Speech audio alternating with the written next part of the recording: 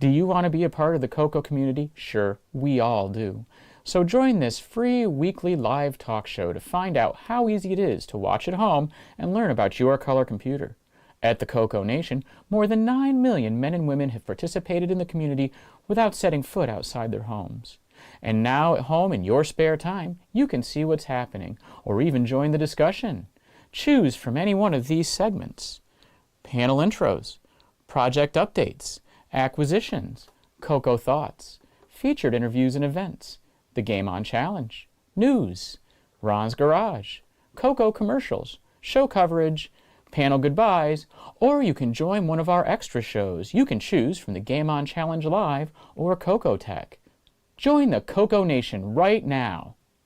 Click the link for the free information TJB Chris spoke about. Then decide if you want to watch the CoCoNation Live Show, the world's leading live weekly talk show featuring the Tandy Color computer, its siblings, cousins, and red-headed stepchildren. Visit thecoconation.com. There is no obligation and no salesman will visit you. Visit thecoconation.com.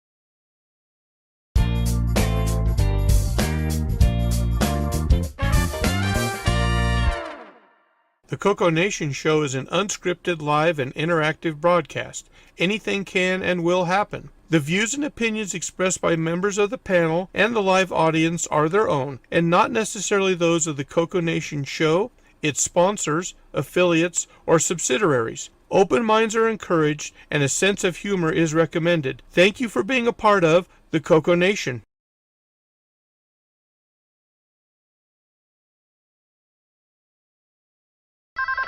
Radio Shack?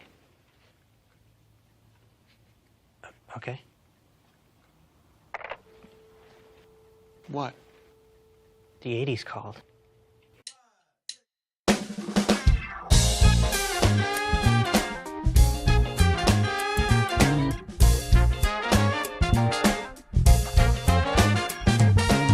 Welcome to the CoCoNation, the world's first live and interactive talk show featuring the Tandy color computer and its hardware cousins.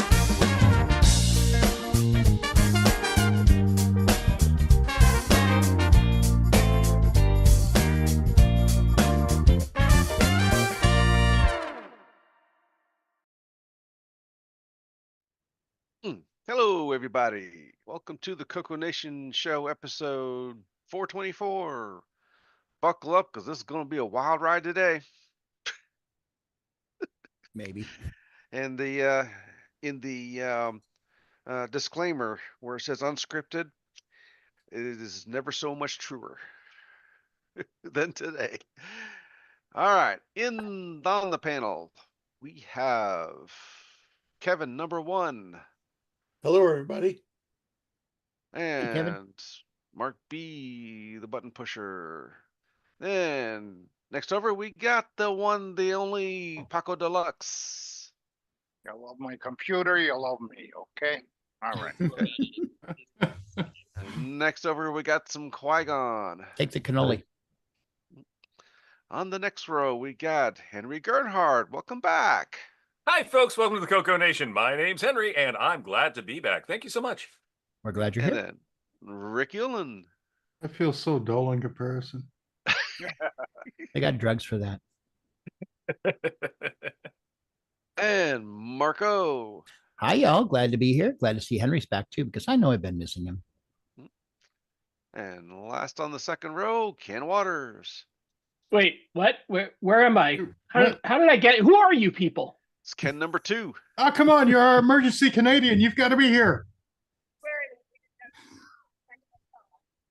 All right, next row, we've got Michael Furman live from VCF West.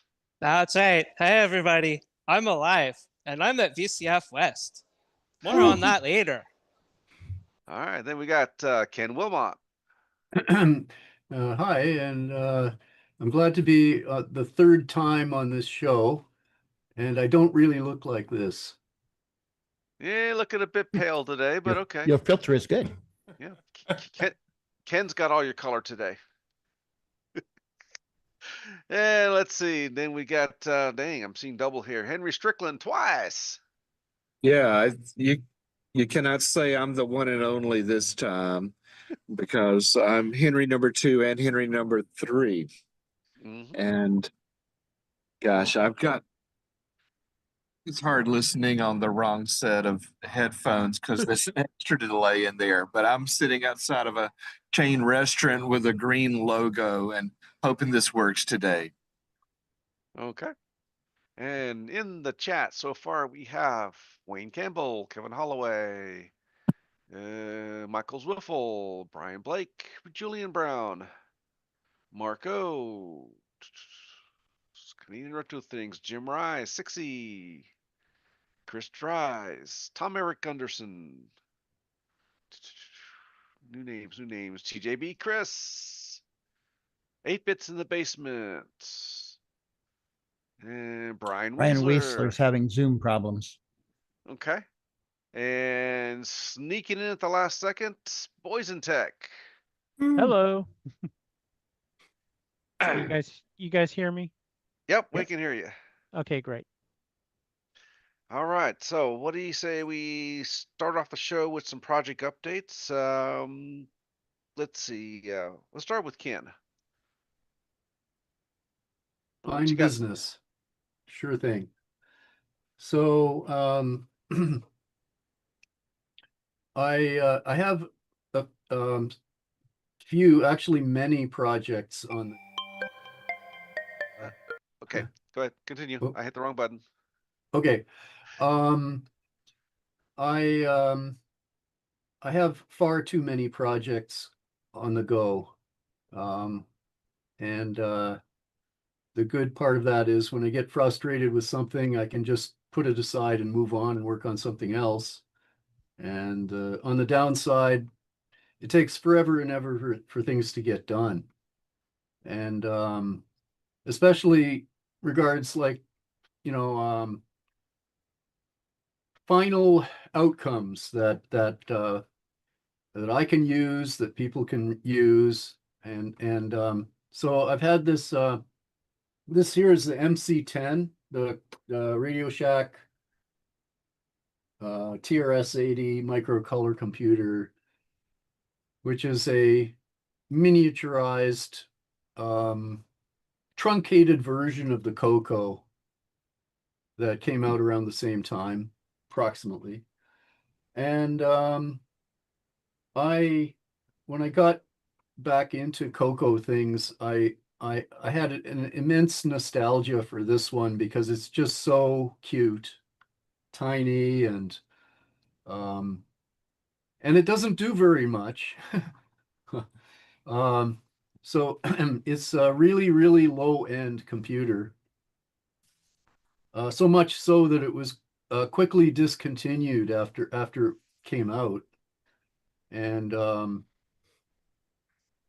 but I find it a lot of fun to play with and upgrade.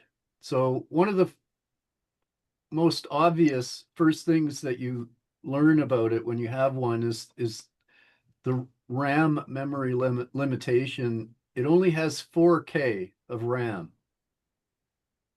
which is quite laughable in today's world, but it was even a little bit weird back then, you know. It's you can write a small basic program and quickly run out of lines with 4K. You can have fun with it, but most people, if they get into programming and you want to add features, you go on and start adding stuff, and you're going to hit that 4K limit really fast. Oh, still 4 times what the Sinclair had. Yeah. Well, this was sort of a competitor for the Sinclair. Yeah. And so the whole idea, just like the Sinclair, the idea was cost cutting.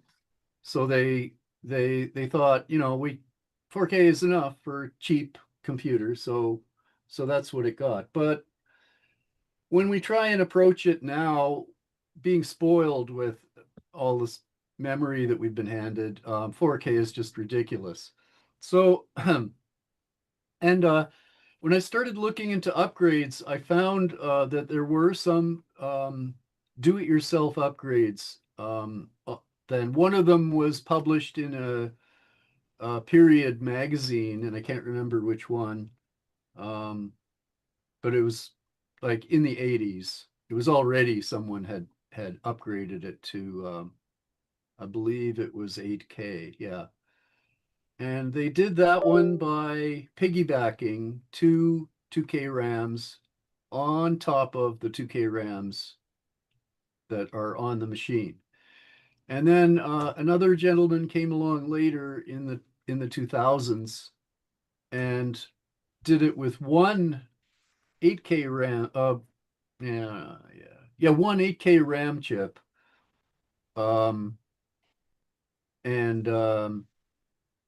That was another do-it-yourself.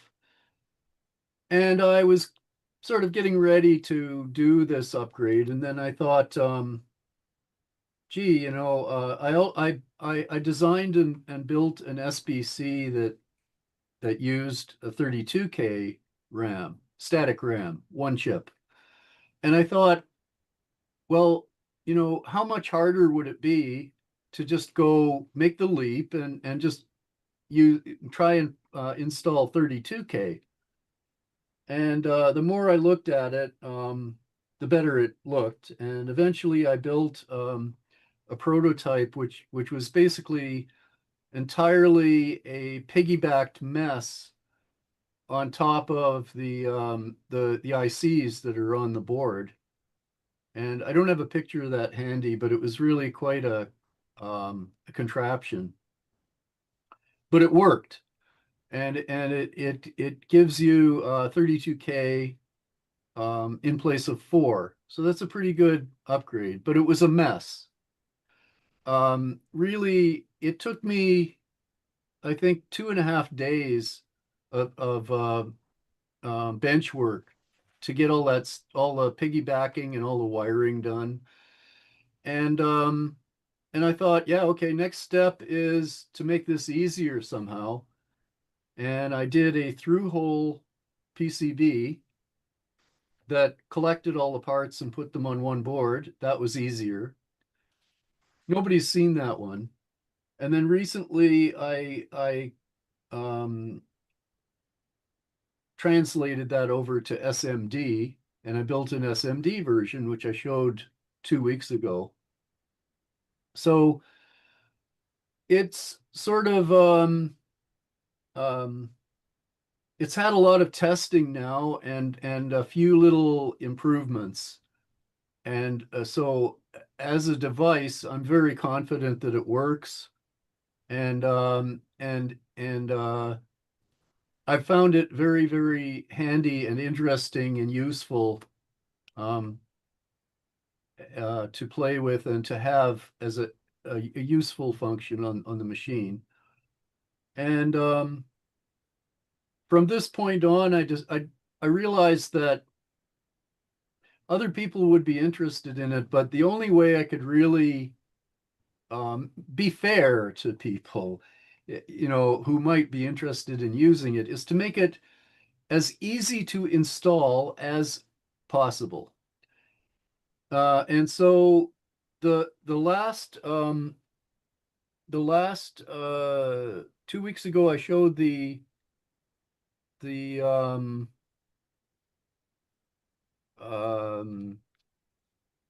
latest SMD circuit board version, which I will try and show it again. Like my screen, I'm still learning Zoom, so I'm going to try and share my screen again. Here it is, share. I hope this works. Let's see, entire screen. Well, which one? No, I think should be it's entertaining. this one. Yeah, right. Yeah. Okay, is that there now? Oh shoot, it's just computer stuff. It's computer stuff, right? But in my defense, though, Radio Shack themselves had some bodge wires and ICs on the original unit, which is the orange square, the IC with the orange rectangle on it did have a bodge IC and wires running around the board, which isn't necessary with this upgrade. So it came off, and I replaced it with new bodge stuff and wires. Yeah, but down at the lower right hand, there's a an add-on circuit board, like a mezzanine or a shelf PCB with all the memory logic and the memory IC on it. And then moving up, there's a battery holder, which is cemented onto two of the ICs near the back. And then, and to the left and in the middle is a piggyback. I may not have shown this the first time. So this is a piggyback IC on the VDG latch, which brings out two additional data lines from the, that is, when you write the VDG latch, there are two unused bits which are now used. They are latched by the piggyback IC, and they're available for anything you want to do, really. Like if you just wanted two outputs, you could use this circuit and it would give you two digital outputs that you could write to in software, any way you like. You could even poke it in BASIC. But in this case, the two lines come over to the memory board, and they control memory paging. So the VDG can actually display one of four different display buffers via that those 2-bit selection bits. But if you look at this PCB, it's got wires running on top of it. The 2 orange and the red wire have to cross the board to go up there. And space is extremely tight in this computer. I'm trying to keep it so that you can get the cover back on. And so this one just barely makes it, and it's awkward. And after I designed it originally with all the connections at the top. So it's got a row of 9 header pins. I've not installed the pins because of the height. Rather, they're used just as solder connection, a place where you could solder a wire. But it occurred to me, that isn't really optimum for installation, because you've got some wires that are way longer than they need to be. They're not really where they're supposed to be. And so I'm gonna have to share a different, here we go with the sharing game again. Hey, Ken? Yes. Brian, or let's see, David Lord had a question. How'd you get around the IO mapping for the VDG control, or did you cover that? We just did that, right? Oh, did he? Okay, good. The mapping. Oh, okay. So it just uses the existing latch. So But it expands it? Yes. The latch only latches 6 bits on the stock machine. Right. There's 2 left over. 2 left over. Okay, got it. So let me see if I can get this to go. Zoom is not responding. Why? Sorry, guys. Is your other share still hanging on somewhere? I've had that happen. I thought I closed it. Well, oh, maybe this works. There it comes. Yeah, there's the new board. And I hope this works, because I wanted to, let's see, where is it now? So there's the board as it appears in KiCad, or however you want to pronounce it. And then, so this is the new board. It's got 2 things different. One difference is that I relocated the connections so they have the shortest possible path to where they're going to go on the main board. So there will be none of the wires will be crossing over. So it'll be more like a spider web thing, a spider legs, where each wire is visible and doesn't cross any other wires. And also they're as short as it can possibly be.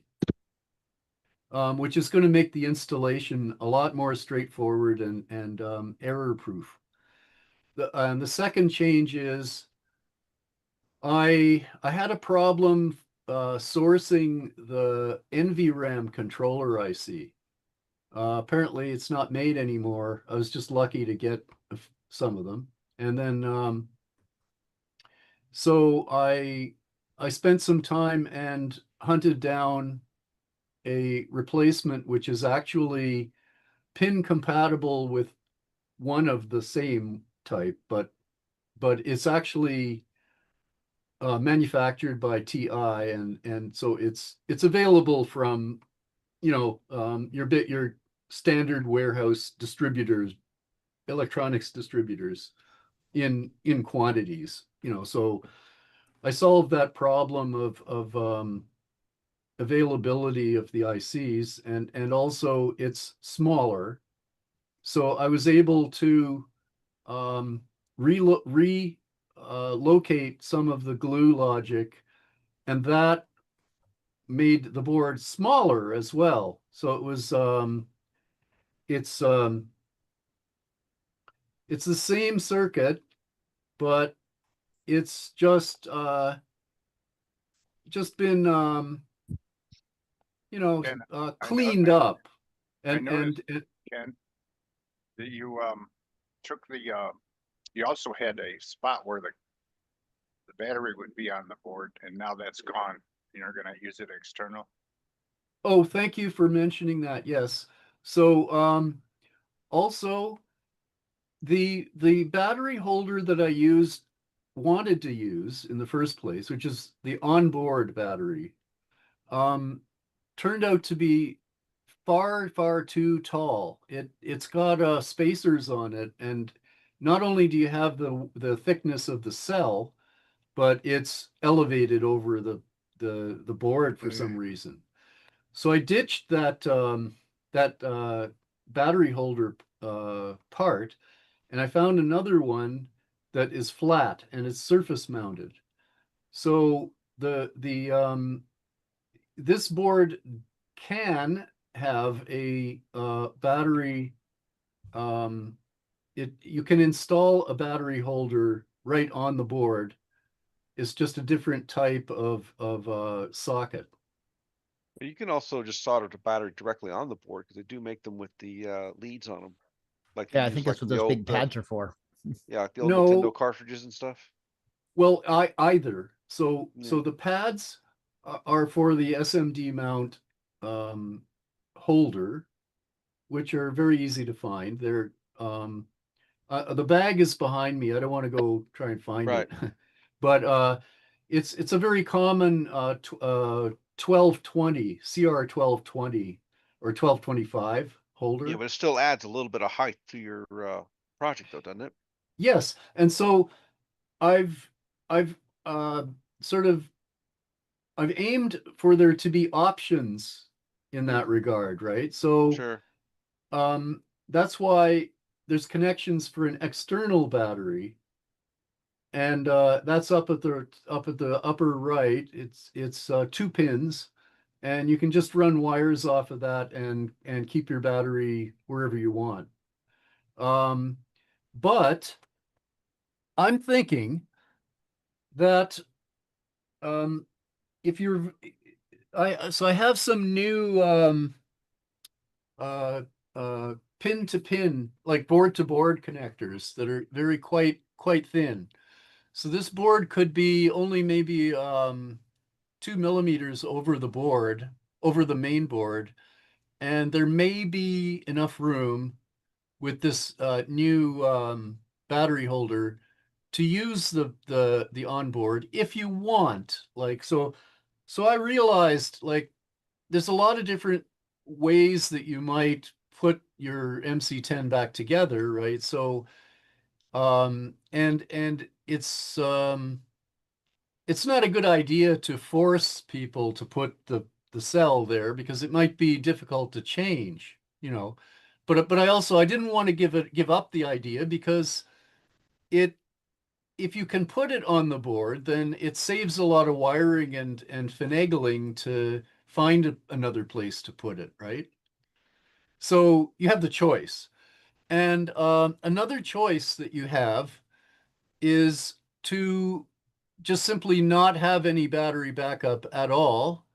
So I designed it so that it can be built with a bypass that if you put 0 ohm resistors in 2 places, it just bypasses the backup circuit, and you have RAM but just no battery backup. If the NVRAM controller is populated, then it will work whether or not there is a battery in there, but it will only be battery backed up if there is a battery. So how does it actually work when you maintain that? Is for like a RAM disk, or you just memory that's always there when you power back up?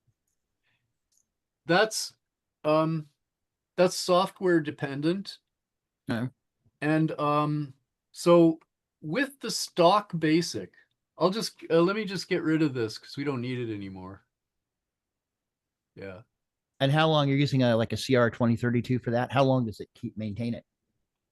I haven't done the calculations yet. I'm just saying there are smaller button cells you could use also that might be lower profile. So if you're willing to trade off longevity for size. Well, like you say, like those pads allow you to put a permanent battery on there if you want, or any battery, you know. I was not aware of those, but Right. my SBCs use CR2032s for that kind of reason, is that it's such a large battery that you can sort of stop worrying about how long it's going to last, because it's a few microamps, and if you really do the calculations, It'll last years. Yeah, years, if not 10 years. Like it can equal or get close to the battery shelf life. Now the 1220s are much smaller, so that it's not going to last that long, but I'm thinking that it will probably last 2 years at least. Probably, like, I would want to maybe check the voltage after 3 years. And So how much RAM's on this card? 32K. Okay, and you're able to divvy it up into what, 8K or 16K banks, or what? Or all one contiguous? To the CPU, it's contiguous RAM from 0 to hex 8000, or halfway, right? Because it's half of 64K. Yeah. From the VDG point of view, and that's fixed. There's no RAM banking for the CPU, but there is RAM banking for the VDG. You can just tell it which one of 4 8K banks do you want it to look at. And so you have to coordinate your software and the latch and the paging, so that you are, you're modifying the page that is being currently displayed, but that's all easy with software, right? I feel that I'm still trying to answer a previous question, though. Oh yeah, so when with stock BASIC, it will treat this in a certain way, right? And this is what you get, like out of the box, right? Like there's numerous possibilities, ways that you could use the device with different software, even maybe an extended or a different modified BASIC. But if you only have stock, I'll tell you what you get. You get, what it'll do is, so BASIC will start up, and it will start looking for RAM where it's used to looking for it, which is at the end of the first 16K, because that's the MC10 puts all its RAM at the 4000 hex boundary. So it's the first 16K, the second 16K, shall we say, right? And then it runs a memory test to see how much memory it can find. If you have the RAM pack installed, it will find 20K, because it will find the 4K that's in the machine, and then it'll find the 16K that you put on the back. When it reaches the end of the 20K, which is just sort of past halfway memory, it runs out. It says, oh no, this isn't memory anymore. It stops, and then it reports you have 20K roughly to play with BASIC. And that's the end of the story, right? It has an alpha semi buffers 512K in the lower video, the 4000 page that I mentioned. But that's what it starts with, right? And then so that's all you get. And the NVRAM part of it, the memory backup, it doesn't know about it, so it doesn't use it, which means all of oh, I'm sorry. So without the RAM pack, instead, if you have this installed instead, what happens is it starts looking, it sees RAM, and it sees that it ends halfway through memory.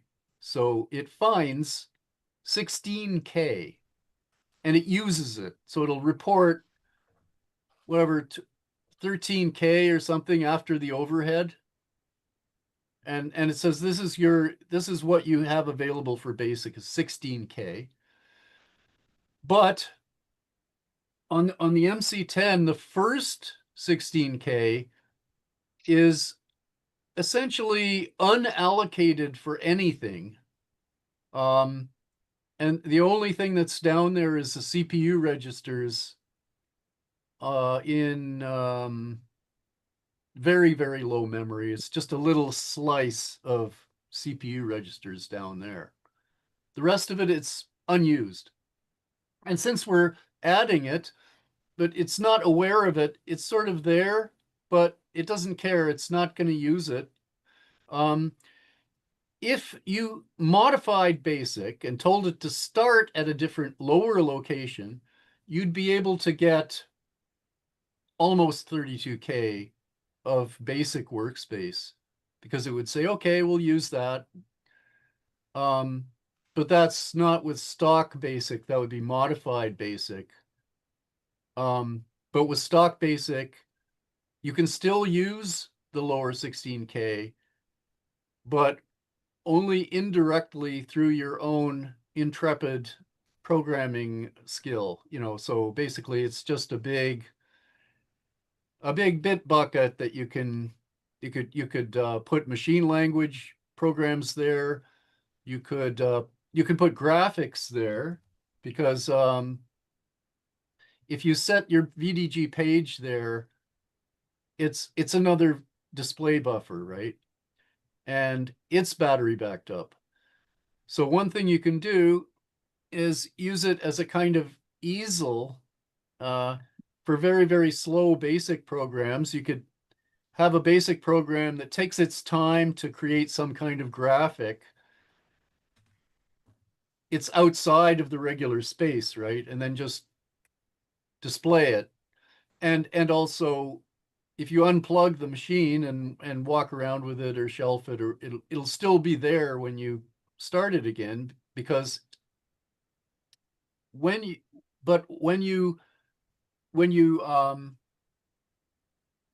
power cycle it or reset it, BASIC assumes that your RAM is volatile, so it erases your program. Like it's in there, but it treats it like it's not there, right?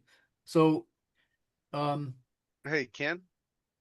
As interesting as this is almost sounding like we need to have this as a tech episode. Okay, so I'll wrap it up. I'll wrap it up really quickly and just tie up that thing, right? So the sort of like the roadmap for this is that it's by itself, it's a simple memory upgrade from 4 to 16K, because that's all you would see in with the stock machine, if it's the only thing you change. And but the roadmap sort of has an external ROM which would allow you to use all that memory differently. Okay. Cool. I don't know, Mark. Sorry, just one more thing. So they just like, where is it at? Well, it's like there's one version in the factory. It's sort of going to be delivered in a few weeks. There's another one. The most recent one I showed you is being built. I'm getting it next week, and so I'll have stuff. I'll have it on the bench sort of next week. Okay. So you start putting it together and have more to report. Yes, sir. So, Mark, you think we can schedule a Yeah. CoCo Tech episode on this and get in some? Yep. Get into the weeds. Yep. I will get with the captain and we'll work something out. Probably some evening, unless we're going to do like a Sunday or something. All right, cool. All right. Next up, let's since Richard's back with us, you had some update as well. Hang on, let me get back on. Hey, I'll go last. I'm good. So if Well, anybody actually, else you has... are last. Oh, really? Okay. Yeah, Uh, my computer kept doing updates and I was just like, oh crap. So yeah, I have a few updates. Yeah, like last week I had released the classic 512. I had several of the 512 K boards, and because of tariffs and all that, I thought, well, you know what, instead of creating new boards, because I know there was a nice cool boomerang design, and it's kind of expensive to order boards from China right now, so I thought, okay, why don't we just go ahead and use the old boards and get rid of them, because I have a couple of hundred left.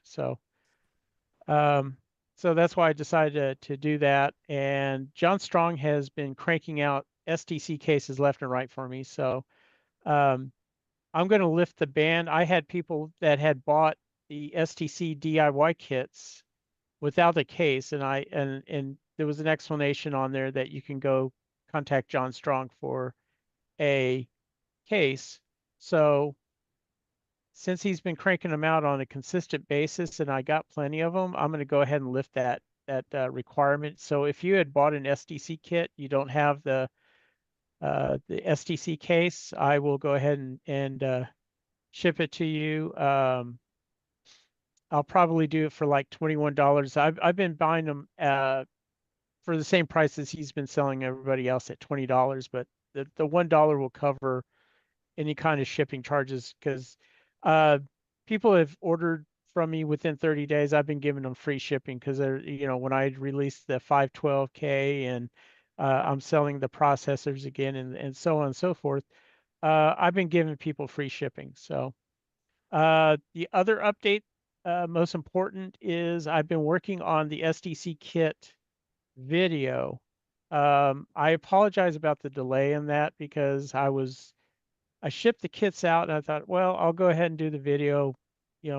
It's only going to take a couple of days. Well, it's not easy doing videos. And then my back started hurting, and it was just really painful to do the videos. So I kind of put that off, and I have them done and I'm trying to put them together, and I really don't like them. I don't think people would get a whole lot out of them. The people that really want to see the kits being put together in depth.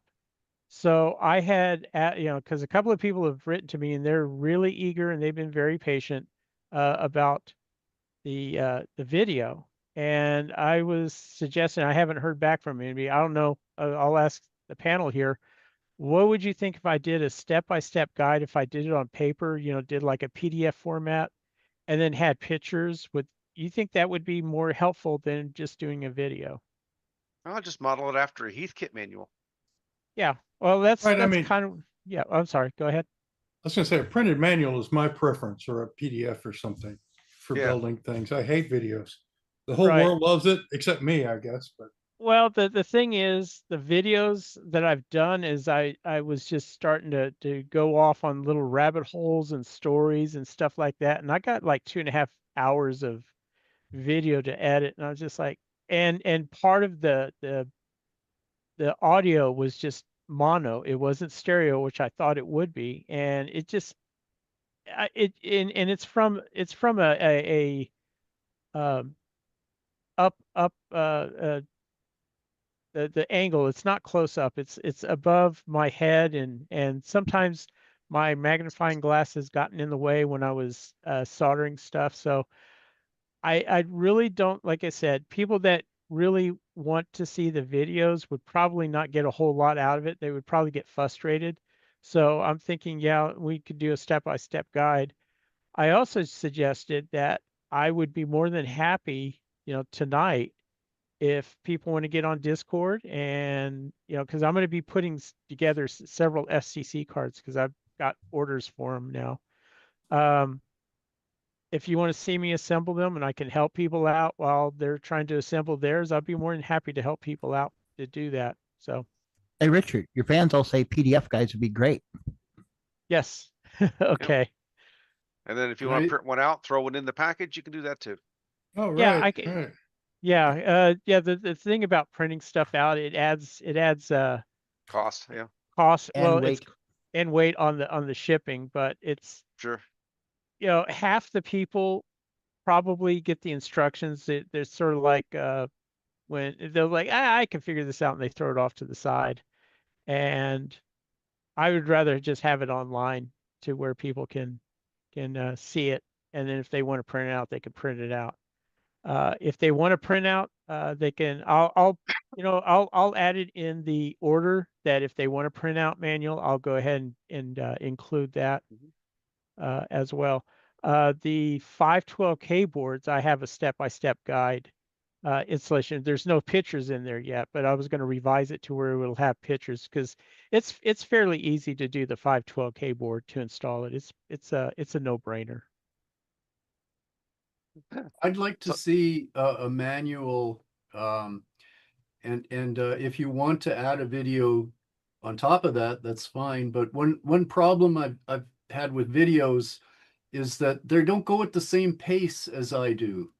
Right. Like that, even though you can see the steps, it's very visual. This is how it's done, but then they're showing you and you go, okay, now I'm going to do that. And like, whoa, stop. Whoa, don't go ahead. Don't, like. Right. Yes, you're always having to stop and rewind. And yeah. So yeah, PDF one's good. Just like they're saying, just throw a link in your brief instruction sheet. Right. And then QR code, yeah.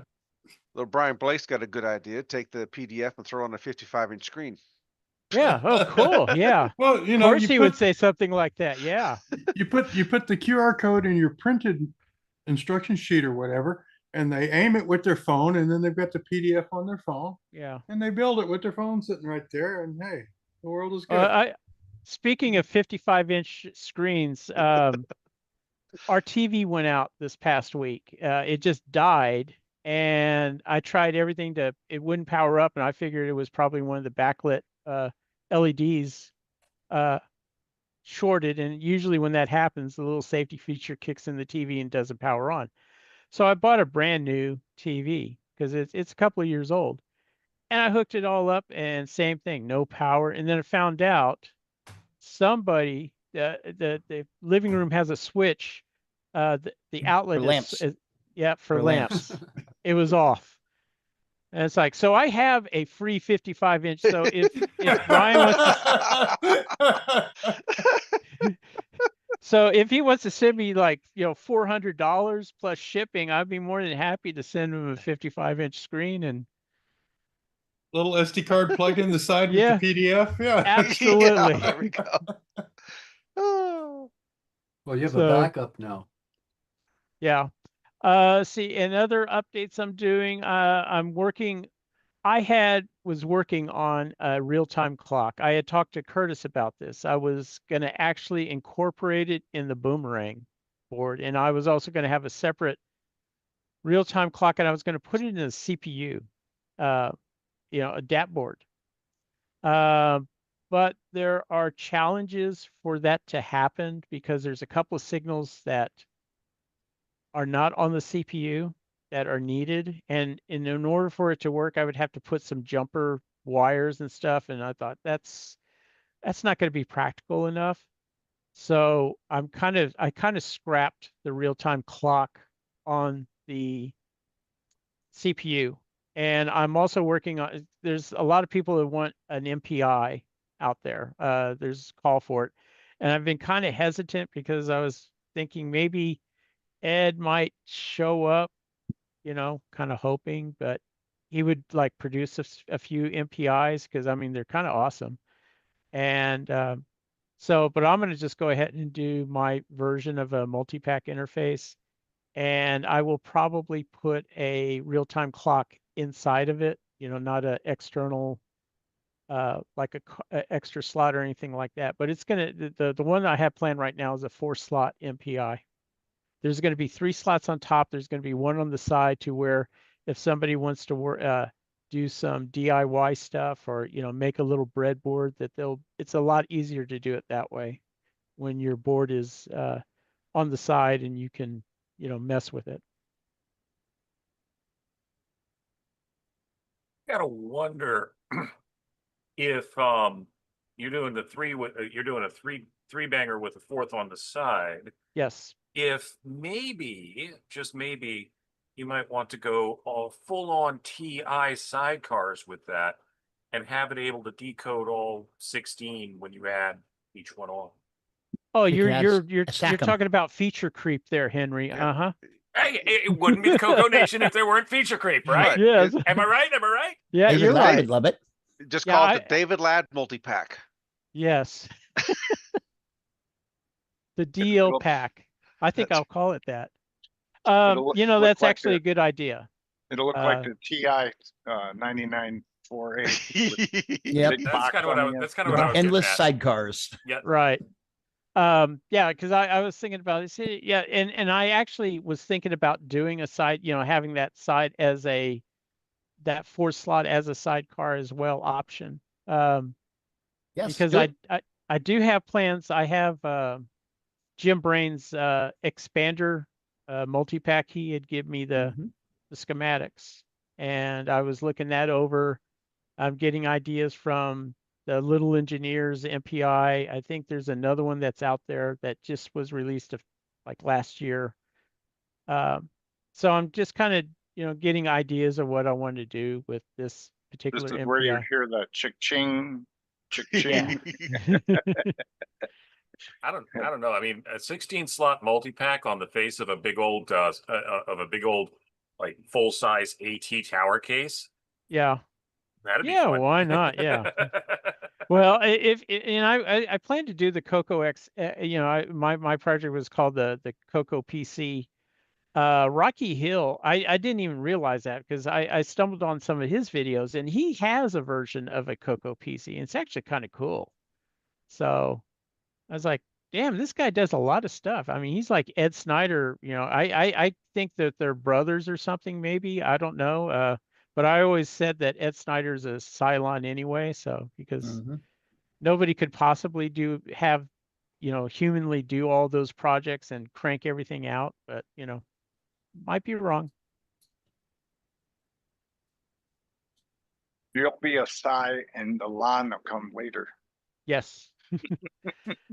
So I mean that's basically the updates that I have right now. So looking up. But yeah, tonight I will probably get on Discord probably around 8 o'clock Central Time. I will try to set up everything and About the time we get off the air. Yeah. Well, I don't know. This show is probably going to be less than another hour because Curtis is not doing the news. No, so. but we got Mikey, so. Oh, okay. Well, hopefully You guys he's looking not... for me? Soon. Not yet. Go back in your dungeon. Okay. Oh, okay. I can make some noise if you want. No, that's okay. All right. Back to sleep. But basically, that's all the updates I have. But okay. I had missed a couple of weeks. Like I said, my back was hurting, and I was doing other stuff, and I've been determined to. I wanted to get on the show last week, but I had to get to Portland, Texas. It was something I just had to do, and I was determined today to get on the show. Okay. See if I get the right mouse here. All right, then. Why don't we take a short commercial break and then we'll wake up Mikey.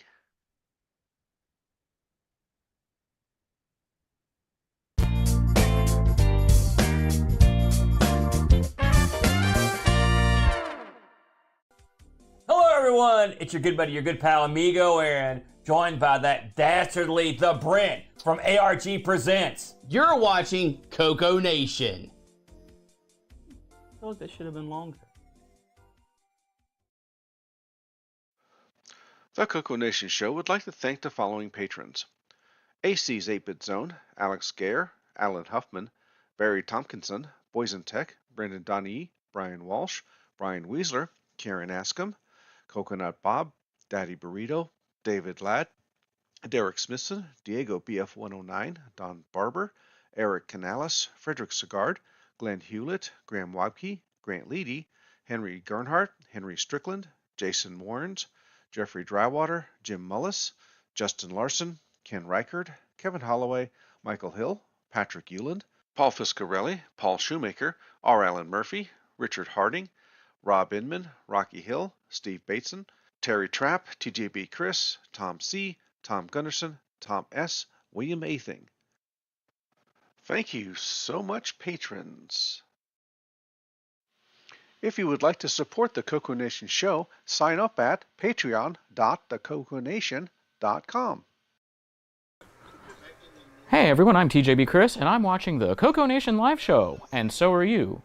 And probably shouldn't be pointing that thing at you. Enjoy!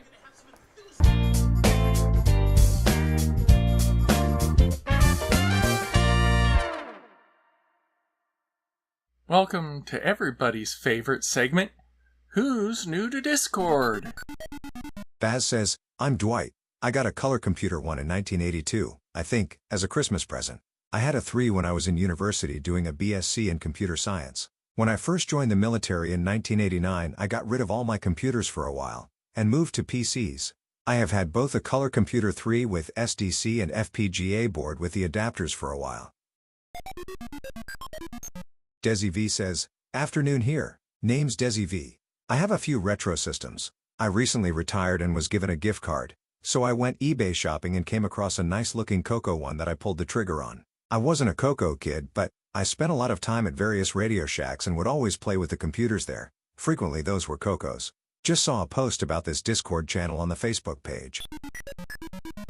Rich S says, hi folks, I'm Rich S. I've been a software developer for over 30 years, and a Tandy CoCo 2 was my first computer. I recently got a CoCo 3 with a 512K upgrade. I have a CoCo SDC and a CoCo FujiNet device. I've been starting to make contributions in the form of small tweaks to the CoCo FujiNet configuration application. I look forward to interacting with and learning from you all. Chris Two Balls says, hello, I'm Chris. I've enjoyed making graphics for various machines, mostly the C64, but dabbled a bit with the MSX, Game Boy and NES. I love making text mode graphics, so I want to try my hand at making some on the Dragon 32. Jeffer says, hello, I'm Jeffrey. I collect and repair retro computers, CoCo, TI-99 4A, 68K Max, Compact and LC Series, C64 and 128, Atari 8-bit and ST, etc. I'm starting to play with my CoCos and thought I would drop in here. I found this Discord in the FujiNet Discord. The previous bios were edited for time. Thanks to Boysen Tech, Frederick Micro Hobbyist Sigard, Glenside Computer Club, Paul Fiscarelli, Paul Shoemaker, Tandy Color Computer 3, Wingnut 2626, and the CoCoNation patrons for boosting the server. Please consider joining Discord and visiting the welcome section to read these bios in full and see what the community has to offer. Just go to discord.thecoconation.com. See you on Discord. Okay, we are back. Still got the wrong mouse, so that's off. Turn that on. Nothing happened. There we go. Mikey. Hi, I'm at VCF West, and I'm going to show you guys around. But first, Rick, are you awake at the moment? Who, me? Yeah, I have a question for you. What do you think about my background and the color? You should recognize it. Purple? I'm at a computer museum.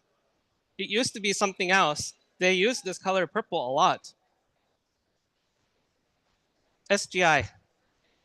Oh, okay. So You're the inside a building, a big Indigo machine. the Computer History Museum is in Mountain View, California, and I'm gonna switch to the other view and start walking around while I'm talking. So this building used to be an SGI building, but now it's a computer museum, and they have an auditorium and event space and whatnot. So that's why there's going to be a lot of like purple and like little accents of gray and red all over the place because they're all the SGI colors.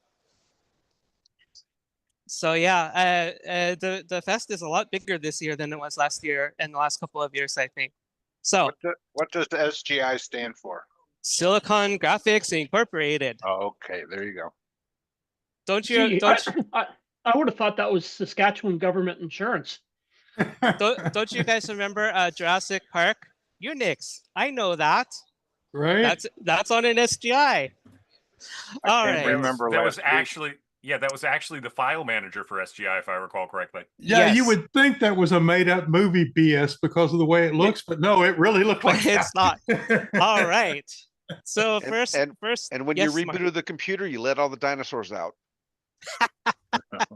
Yeah, open the gates, right? Alrighty. So I see an Alice.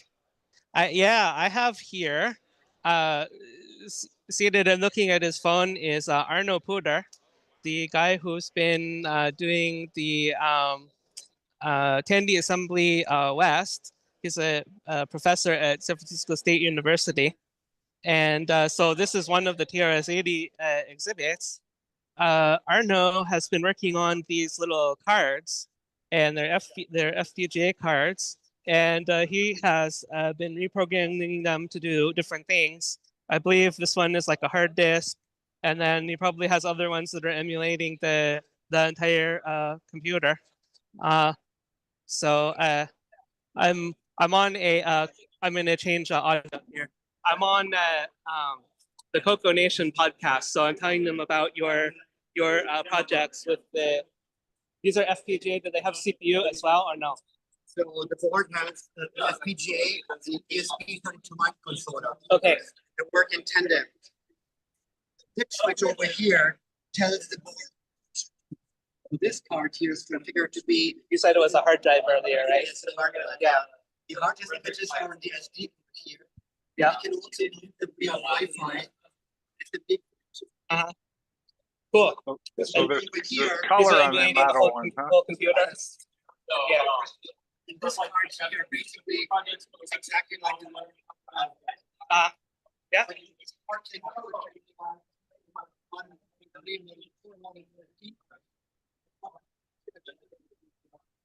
Hard to hear them.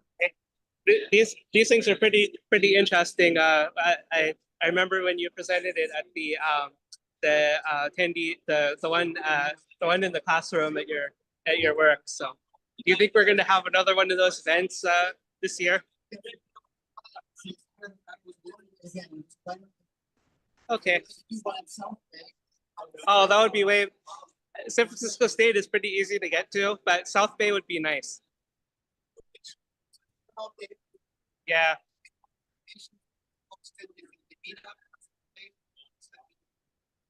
Okay. You guys have any? Well, I can't really hear you, so because I have to switch audio so they can hear you.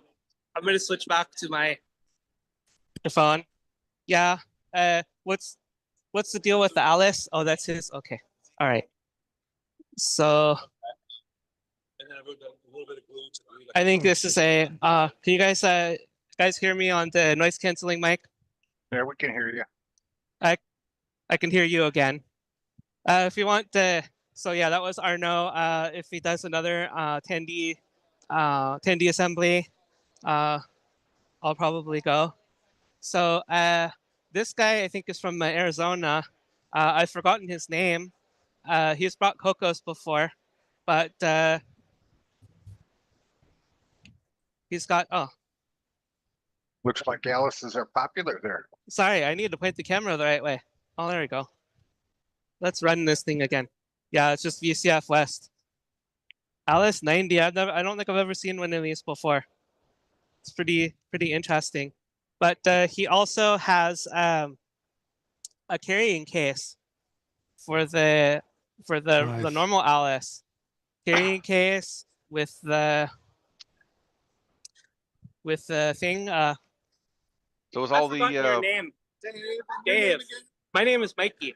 I know. Yes, I know that we've met before, but I'm streaming on the CoCoNation. So I was just showing off the Alice.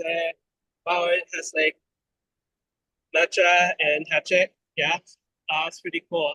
This is yeah, it's a hard plastic case. All right.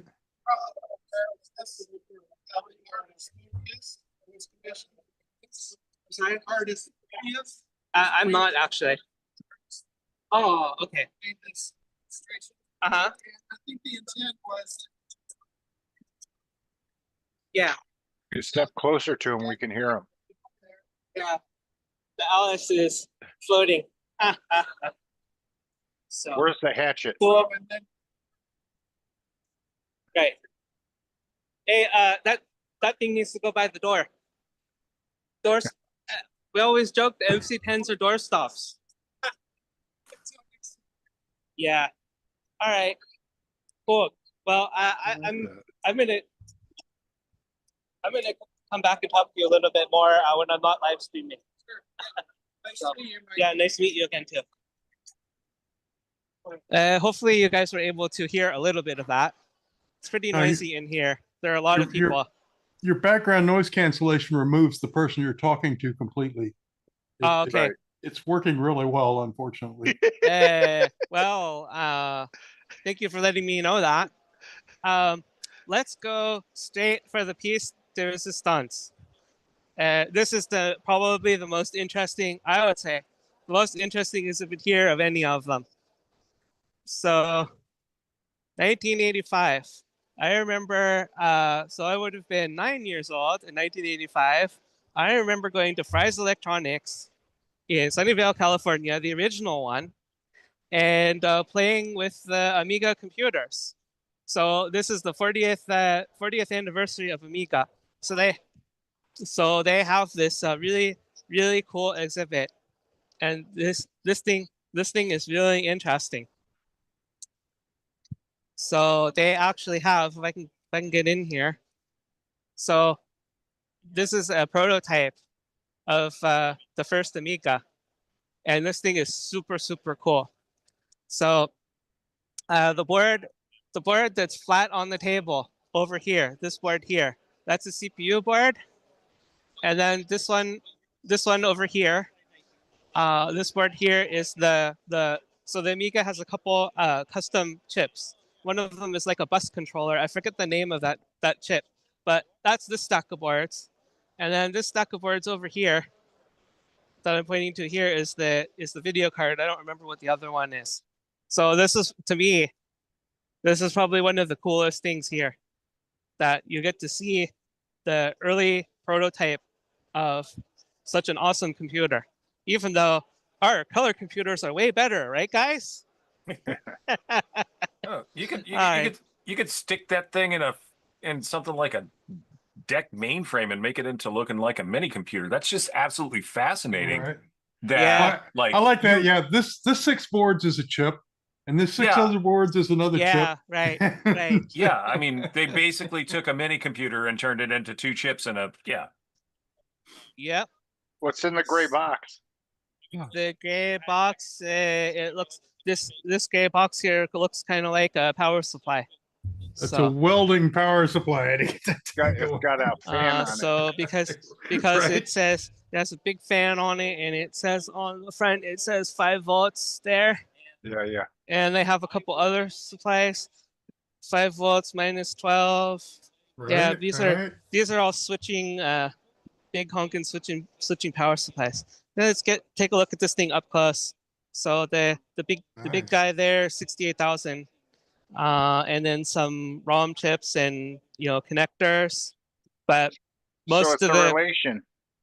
Well, all the other stuff is all of this, all this stuff, and all these wires coming out of the back of this thing. This is pretty cool. Botch wire heaven. No, well.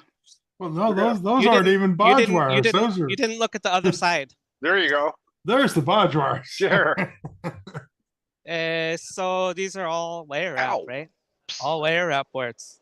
Same Right. same thing. Well, same so- thing on this one. Would you get the same sinking feeling if one of them popped off? Right, you see one wire kind of flapping there, and you don't know where it came from. Actually, let me come back to this for a minute. That would be Let terrible. me make sure I'm not accidentally. So see right here. You see that?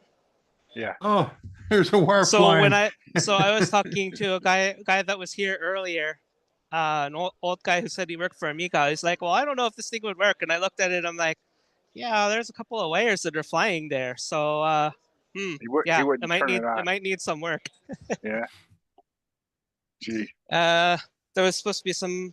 There's some kind of like video here. They have another piece of it here. So I guess another one. It says Angus. Does anybody remember what Angus is? Oh, Angus. the Agnes. That's the Agnes chip. Agnes, Right. yeah. Yeah, because all the chips Agnes. were named after girlfriends, so you wouldn't know what Yeah. they were talking about. So eventually, all those went to circuits in a chip. Right. Oh, went to a right. chip. Yeah, Agnes was Yeah. a chip. This is the same thing for the CoCo 3, the development board that we have. That development board was just a whole C, I think it was less organized than this. This is probably a later prototype. That's very neat. Yes, and opens Because up it- like a because book. It's really slick. yeah.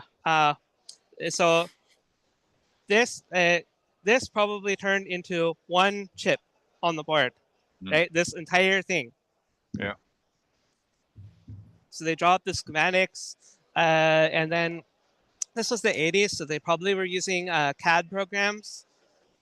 So the guy I was talking to earlier said he was not in this picture, unfortunately. But yeah. Yeah, I never understood that logo, Jamiga. Amiga? No, Jamiga. What else do we have here? There's another cool thing around the corner. So Amiga 1000, a different kind of development system going on here. This Amiga has some kind of a backplane thing plugged into it. They have a monitor with like some blueprints for their like industrial design stuff.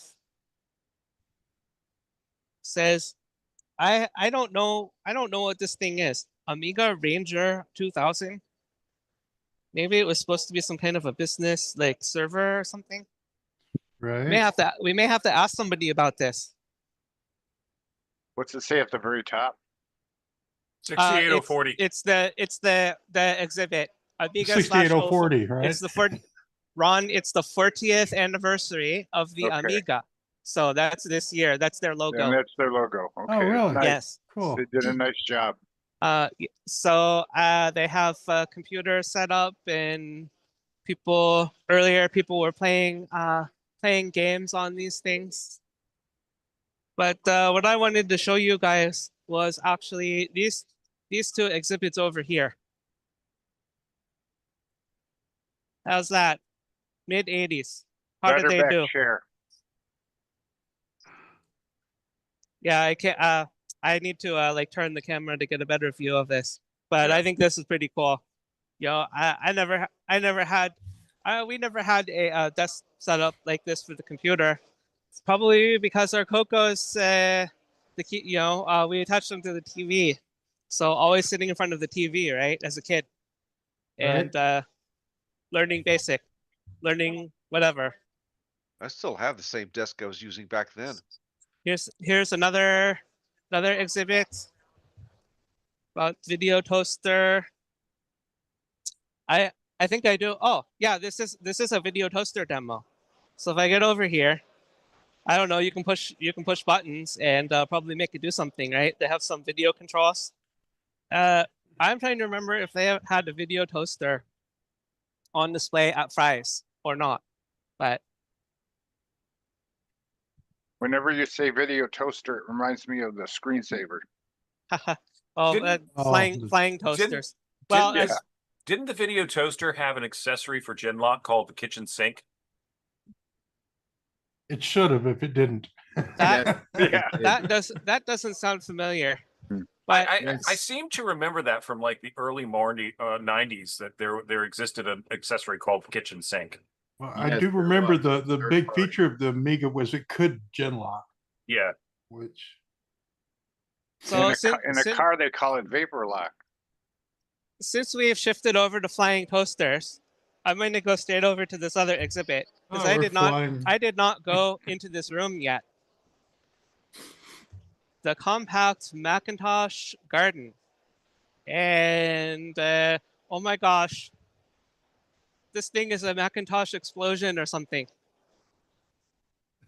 They have looks like some pluses and compacts and other things. So does it smell organic in there? Do any these guys want to see flying toasters? Nobody's got the toasters up. He said they have After Dark on them. If those things are networked, you could always run NetBuddy on it. That would be interesting. That's okay. I'm streaming on a show about color computers, but I'm giving them a tour. So somebody, we were talking about the video toaster, and somebody, anyway. All right. You know, it's kind of so Ron, if you really want, I can give you flying toasters. No biggie. It's nice to know that our machines weren't the only ones that yellowed. Find an open window and I can show you a flying toaster. Yeah. You can't throw the toaster far enough to reach me, Sloopy. I'm sorry. Pretty good throw. Yeah. So what are the cards at the end of the table there? This exhibit is about mini discs. I was really into mini discs in the late 90s. Yeah. And so that's what this particular exhibit is about. Specifically what the exhibit is, I spoke to the guy who does this exhibit. This mini disc player here is connected USB to the computer. And that's something you could do with the later mini disc drives, NetMD. They have a USB port. You can use it as a data drive, or you can run. The rest of the exhibit is using software to like manage you can manage the songs on the mini disc and put in all the titles and whatnot. So that's what this particular exhibit is about. You know, remember when mini discs came out, you couldn't use them in your CD if you didn't have that extra little indentation for it. No, this is a different thing. Could they use those for data discs or are they just? Yes, actually, I did do that myself. Well, how much space did they hold? Wasn't it about the same as the CD? Yeah, I don't remember actually. I may need to ask. The discs that I'm seeing, these are all audio discs. They're all 74 minutes, right? I don't so see you any. think similar compression? That's about CD sized if the compression. Those small CDs were like less than half of a CD in capacity. Right. These had the full capacity in a much smaller disc. Oh, okay. Well, I don't have that answer for you handy, but I can probably get it. If we're looking at the Sony MD data, the Sony MD data, which is derived from the mini disc, held about 140 megabytes. Yeah. Thank you, Google. All right. Let's start over here. Since we're here right now. So this exhibit here is Cisco. Rick, I don't know if you used any of these things in your sysadmin career, but I didn't. This was before my time. Cisco AGS. Right. It's before all our times, and I'm old. So this was the one where apparently Cisco borrowed the technology from Sun, or they borrowed the technology from Stanford University, right? Because that's way back. Sun, I think the AGS was the one that actually did that borrowing. So. And in fact, if I'd seen that logo, I would have understood the Sone logo many, many years ago. That is obviously the Golden Gate Bridge, but their lettered logo was just a little stack of lines. Yeah. It looked like a sine wave or something. I never caught on what the hell that was.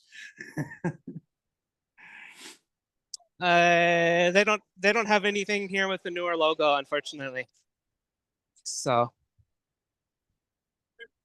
speaking of Sun, across the way, here's the Sun exhibit. So this is a Sun 350. Most of the time I use Sun 360s. So this is the VME bus main board with the 60. Here's 6880 something is here, and then I don't see the I don't see the CPU. Is it this guy? 68020. Okay, so this guy's the CPU. So here's the Sun exhibit.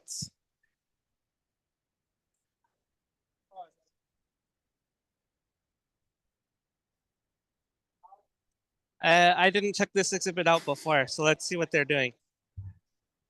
I think this is a demo of, says Whirlwind, micro Whirlwind. So that's like a UK early UK computer thing. Yeah. They're making lines on an oscilloscope.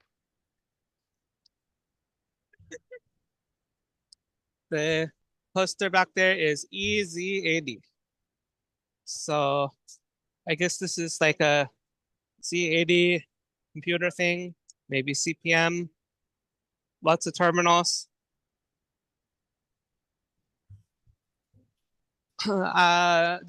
This exhibit here is here pretty much every year. It's Japanese computers. Sorry if I need to look at the screen.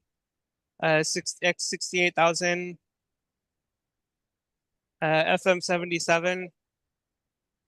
So that's a PC thing, I think. Let's see.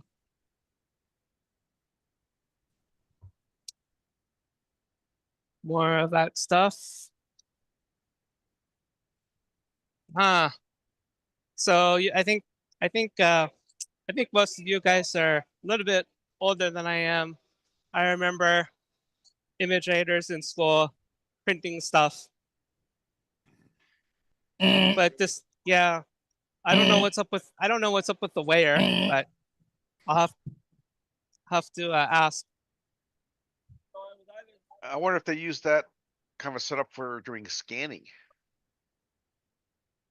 You know, that's possible. I remember How about those. if I ask quickly? I'm curious. You guys won't be able to hear, so. Oh, it is a scanner, isn't it? It is a scanner. This is scanning, right? Yeah, it's called a Okay, thunder yeah, it's scanning. Oh, Nice. he's got the thing here. Thunder I got scan. something right.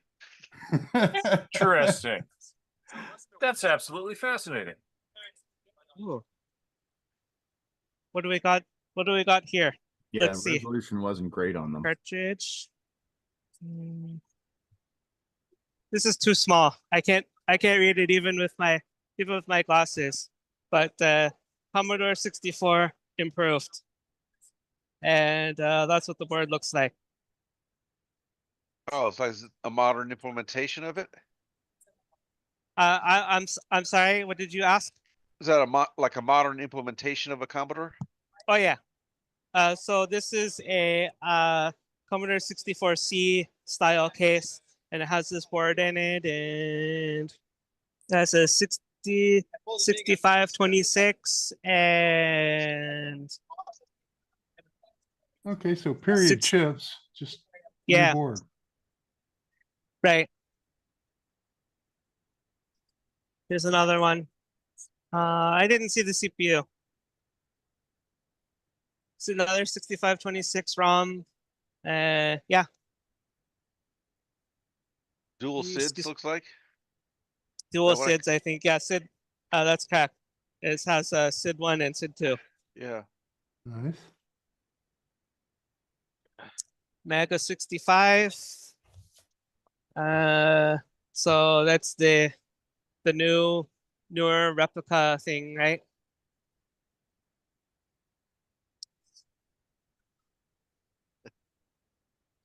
Okay, what do we got over here? Says Wind Dragon 64. I'm not sure exactly. I can't zoom. I'm not sure what's going on here.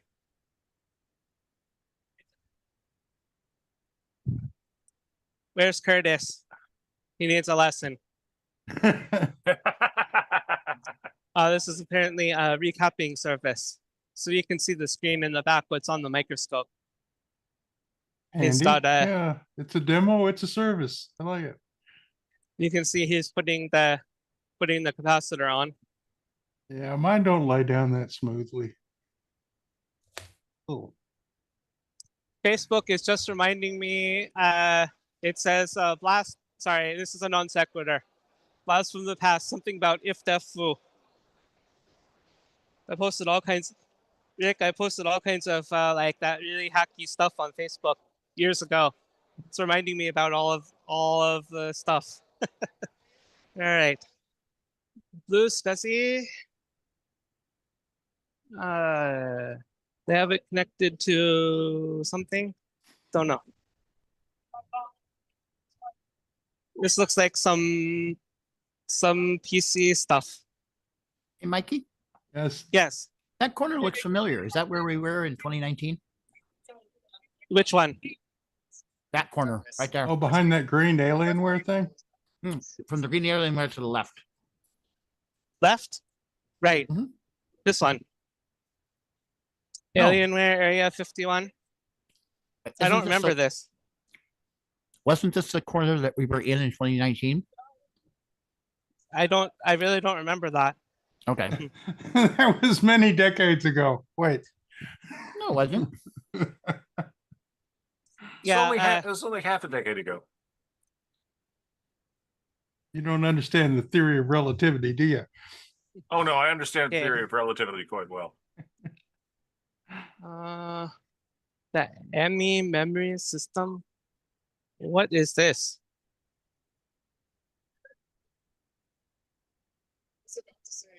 Huh. Some kind of electronic thingy. Then they have a Panasonic. This looks an awful lot like the Radio Shack thing, doesn't it? Probably is the Radio Shack thing. But made by I thought somebody. that Sharp. the Radio Shack computers were made by Sharp and Casio mainly, right? Yeah, Sharp and Casio, not That doesn't Panasonic. That doesn't mean Panasonic didn't get the same computers from Sharp and Right. Casio. Maybe they got a Sharp computer, right? Huh. So we have a Acorn PC. This would be an HP PA RISC showing us what's this thing? Is it CDE or Motif? I think they're the same thing. Then Amiga, Apples, had classrooms full of these things, and then every year they have the Game Boy camera, and apparently you could do printouts. So people Get a have printed out. sticker. Yeah, it's a thermal paper. It's okay. I'll come back later. Huh. Unofficial Wizard of Osborne. That's pretty cool. Ah. Okay. So this year I just heard Osborne Vixen. So apparently I guess it was never released. A little bit more modern version.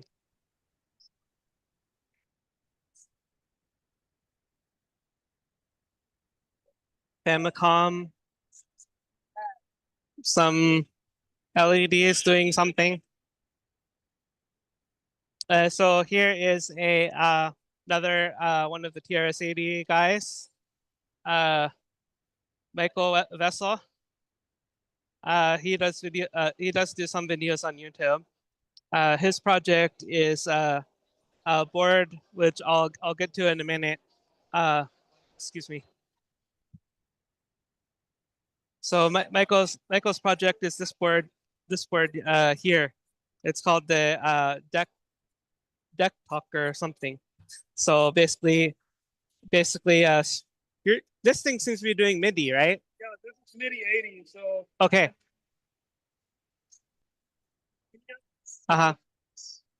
Okay. Yeah.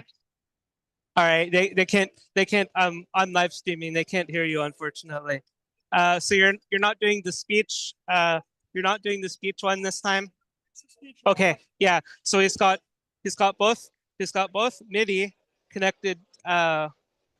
Is this connected to a Model 1 right now or not? The Arno. This is Arno's board, right? Okay. And that's emulating a Model 1. Okay. Model 3. And then the other Model 1 over here has another of Michael's boards that's doing the talking. Can you guys hear that talking?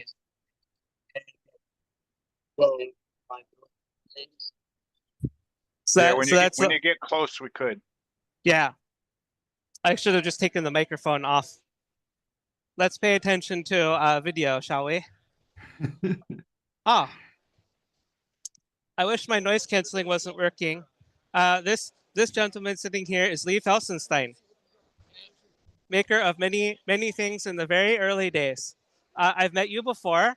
I'm glad to see you're still around and you're still you're going to like shows and podcasts and videos and letting us know about the old days. Thank you for doing that. Can you have a hand in the Osborne one? I'm getting a question. Hang on a second. Mark? Yeah, didn't he help design the Osborne one? Osborne 1, yes. As well as Sol 20, which is over there, right? Sol 20. Okay, cool. So we're doing well at Lee. My friend on the live stream and I are doing well at our Lee Felsenstein trivia. All right. Are you guys in? He has some QR codes. I can take pictures of them. So if you're interested in any of them. Do you guys recognize this guy? Celgen Studios. Your videos are awesome. Keep it up, please. I'm in the Bay Area until tomorrow morning. Here's some more SGI stuff. Ron Silicon Graphics. This guy, this is back home.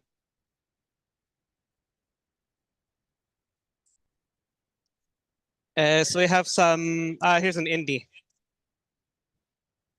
Oh, indie? No. Yeah, see the purple lettering? So the building has this blue and sort of like this gray color and the purple color. So looking at some Macs over here and an Apple II. Oh, the guy here is a local electronics recycler. He goes to the flea markets. I haven't ever gone there because I don't want to be tempted and buy too much stuff and get in trouble. Yeah, he's probably making out with all the gold he gets.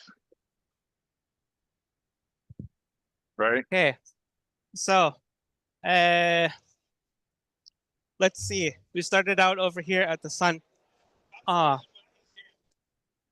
I didn't realize that they actually had schematics of the sun. That's cool. Oh, nice.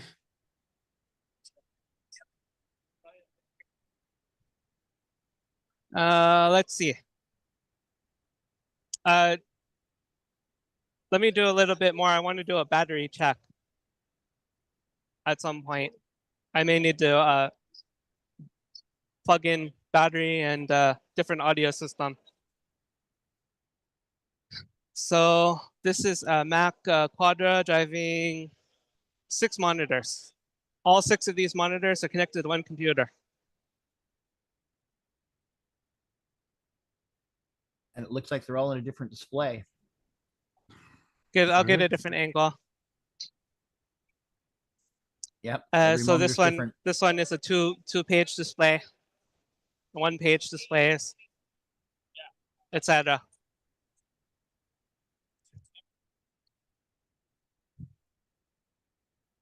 So here is another TRS-80 exhibit. People are asking some questions in the Zoom chat. Kevin had some question.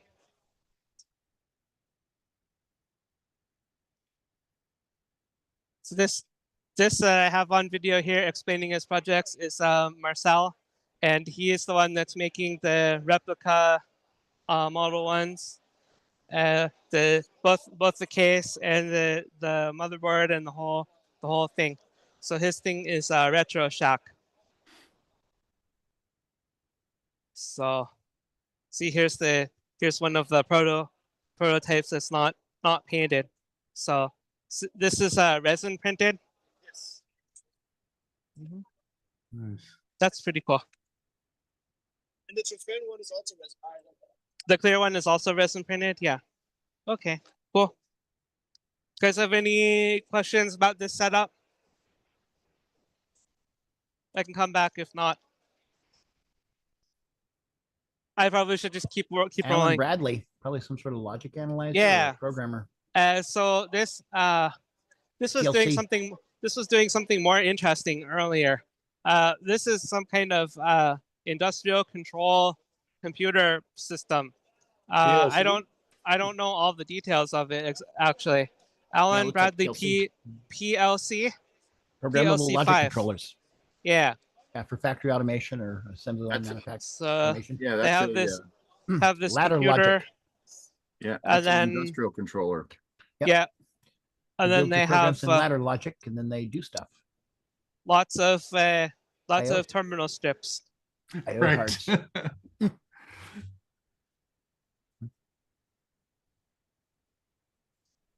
Yeah, very specific built purpose computers. So the BBC over here is doing some teletext video stuff. Well, what's this thing called? Bad Apple or something? Yeah, Bad Apple. Yeah. Then one of these Acorns is playing some music. This one is about RISCOS, which I believe you can run RISCOS on Raspberry Pi. I've never tried that. And then they have a little exhibit about the Doomsday project. I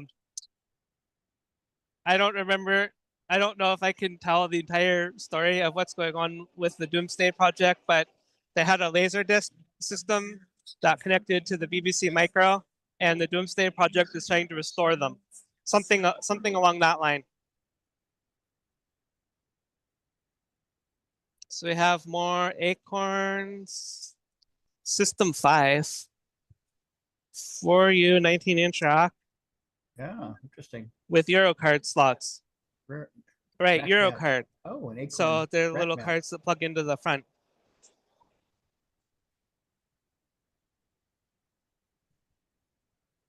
So Atom, Electron, BBC Whole Micro, BBC family. BBC Micro, and then BBC Master is that one. So they're both here. Another Acorn.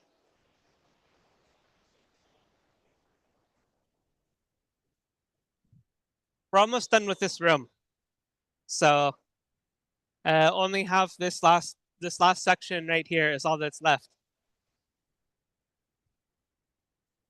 So the guy who has this exhibit is not here at the moment, but this is the 6800 guy. We've shown his exhibits before.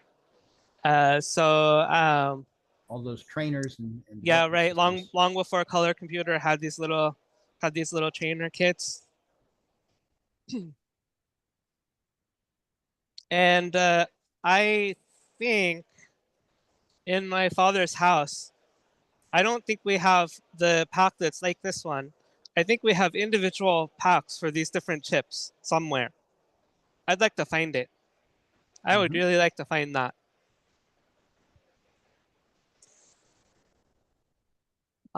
So there's something with a VDG here. Here's what it says.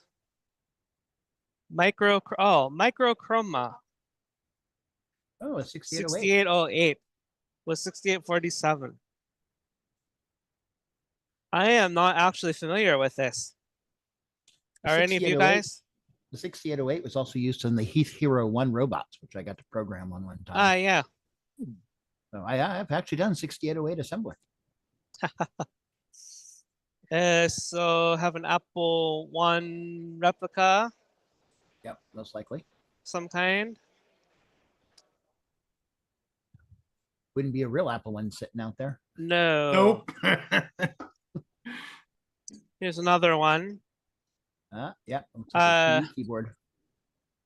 Says Daniel Hotkey on it. Oh, is this actually an original?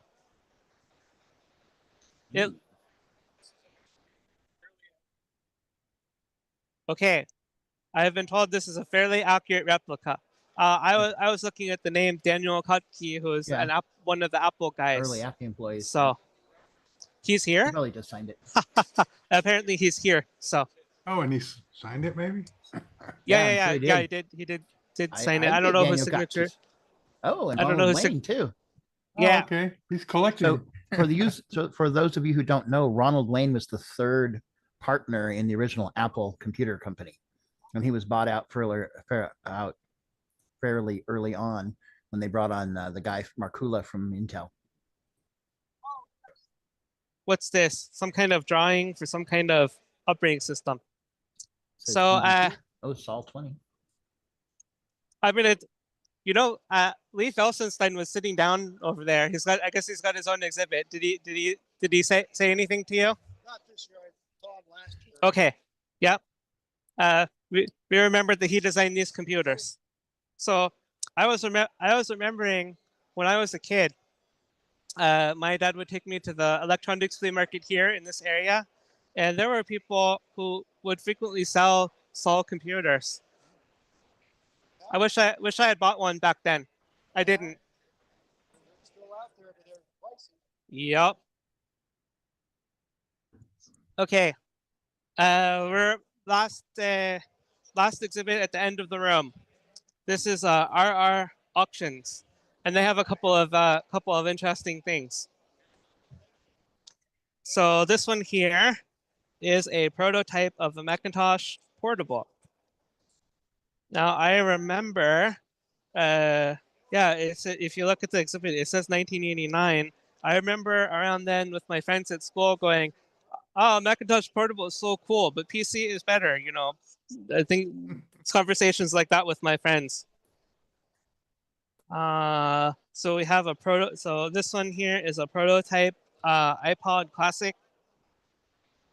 They're selling for auction a boxed iPhone 4G. They've had these two things here before. This check is from Google Incorporated, and it's signed by Sergey Brin. Same with this check, and then they have another check down here. That's okay. How's that signature? Mark? Mark, oh. Mr. Jobs. Yep. Yes. Pacific Telephone is their telephone bill. He paid his bill on time. Oh, look at that. Apple Computer Company, Welch Road. Yes. That'd been like their first address, I think, or second address. I never heard about this, actually. Steve Wozniak's rainbow glasses. I think there's some pictures with him. Yeah. All right. Well, we've reached the end of the room. I would like to do a battery check to see how I'm doing. I may go sideways for a minute.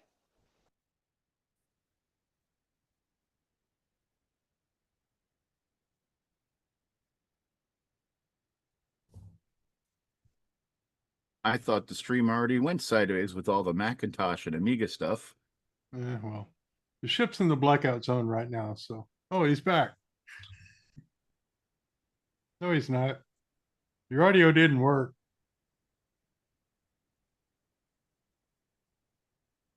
Neither did your receiving. I'm muted. I'm muted. Ah, You're looking at me and lips are moving. Is it better? Yes. Oh man, really, Rick? I'm so nice to you. What do you do to me? All right. So, anything you guys want to see again, or go into more detail of, I could try, if I had a moment, I could try to turn off some more noise canceling. See if I can do that. You can actually hear people talking, or I could just continue, whatever you guys like. It's kind of funny when you look to the right, we could hear the guy. So maybe when you talk to someone, you just need to turn your head a little bit so they're not immediately. I don't know. It was weird. Yeah. All right. Well, then I'll just continue. How about that? Works. There's more? Yes, there's more. This was just one room. Hi, Rafael. I'm in the middle of a live stream. I just wanted to say hi. I'll come find you. You need to turn 90 degrees though. Sideways. Oh. I mean, this is good. Bank right. I mean, that was good when I was laying in my bed. All right. Is that better? Yes. Sorry about that. You guys know I'm not the world's greatest videographer. So I was talking to this guy earlier. I commented that I remember like poking at the Mattel Aquarius at like Toys R Us when I was a kid, and his exhibit is modern recreation on like FPGA. So that's pretty cool.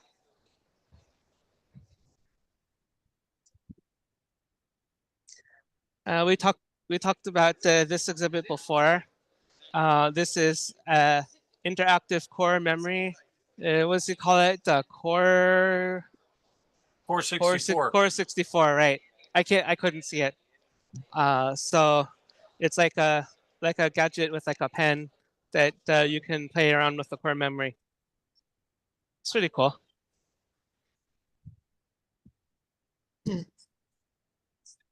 Oh, a new input device. I like it.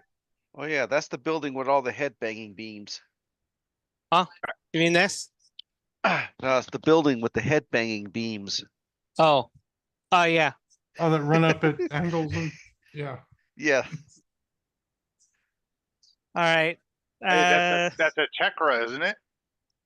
Satellite like Satellite Pro.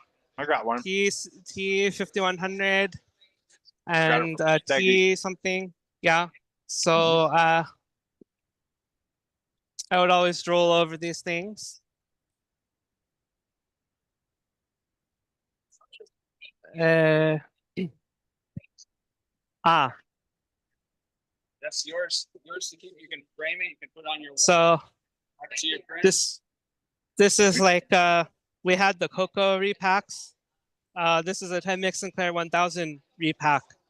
So because obviously the 10 Mix Sinclair 1000 keyboard was so bad, you know, they did sell aftermarket keyboards. So all that for 1K. Well, does this have the 16K attached to it? It does, yeah. Okay, he says it's got 16K. But it where's the board inside here? I mean, Board is here. Okay. There's so much extra room. They sawed a hole for the printer. Your dad did? Okay. So and then my brother was this one of the? designed the wooden enclosure. I did the composite video mods so that we can. Yeah. I did it on one of mine as well. So he said that his dad made the keyboard and he made the rest of the enclosure. So this exhibit is ThinkPads. ThinkPads. ThinkPads. I always love ThinkPads. I got one. I love it. Right. I got They were two. strange. And I have one of these, and mine still works. Is this one? Huh. It does. Whew. Do you I guys have see a- the screen? I have Yes. a Windows Yeah, a little bit. 95 one. Ah, cool. Let's see. Menu. Yeah, they're starting to come out again Anyway. with handhelds. Application terminate. Okay. Bye bye. I'm on DOS now. He's hacking someone's display at the show. All right. folks. I'll turn the display back on. You type 200 goes back to this thing. All right. So I didn't break the display. Oh man. Because I actually have one. I know how to operate it. I worked at a company that sold accessories for these HP Palm Tops called Hey, Ace of those- Technologies. Of those Lenovo's over there, is there a 380Z? No, this would be a 701. Oh, those are newer. 240. No, 701 is. Oh yeah, you're right. Yeah.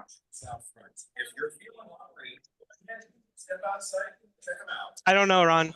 Okay. I'll have to Thank you go for back and trying. look. I appreciate it. So these are computers from Poland. I guess they're Spectrum phones. This one, this says 8051 Labs.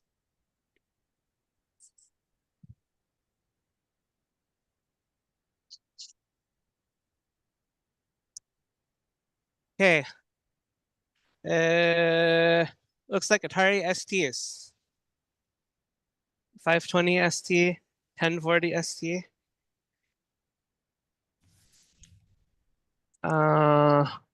Is that a realistic keyboard? Oh no, Casio. This? Casio. It's probably it has MIDI cables coming out of the back. It's connected into this Roland. So It's just a stand-in. so this is a Mega ST. We're playing some games over here.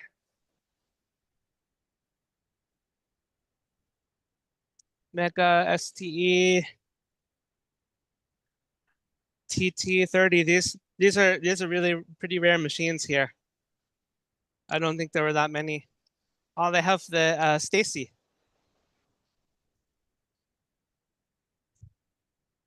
So that's a portable ST.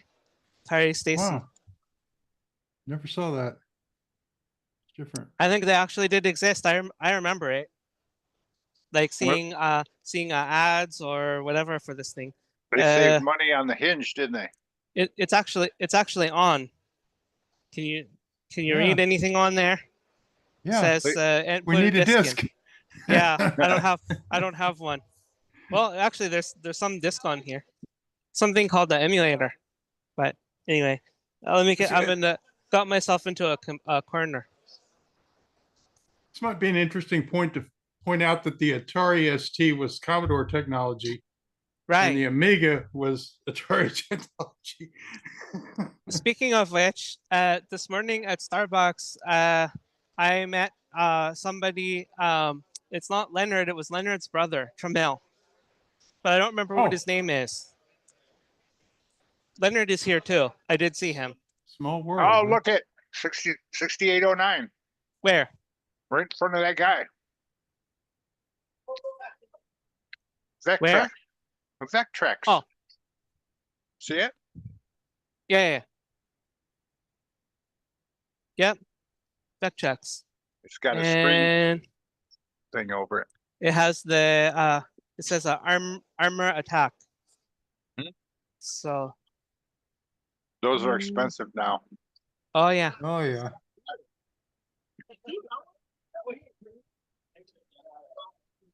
A lot of ladies at this show. Just want to show I was something. going to comment upon that. You can leave your camera down a little.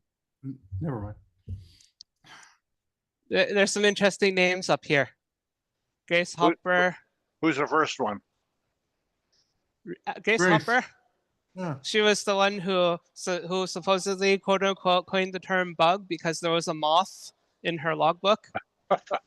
Mitch Kapoor, Ken Olson, John Backus, Dennis Ritchie, Ken Thompson, Steve Wozniak, Gene Amdahl, Donald Knuth, Gordon Moore. I'm running out of breath. I met Alan Kay before. Vinton Cerf. I mean, these are like all the computer Everybody. people. Yeah. Yeah. Federico Fagin, Linus Torvalds, Metcalf. You know, speaking of Bob Metcalf, I think the building that used to be 3Com is now something else. Oh yeah, we saw this guy a little earlier, right? Yeah. Lee Felsenstein. Yeah. Anybody else? I'm trying to read ahead of you guys. No Tandy there, huh? Who else did I meet? I met this guy for his work on public key cryptography. Right. Diffie-Hellman key exchange, sort of like the basis of the start encryption. I saw a talk by James Gosling, and I sent an errata into Leslie Lamport's one of his books when I was a student. Okay, that's a little detour. Let's go back to this stuff. There's a little bit more.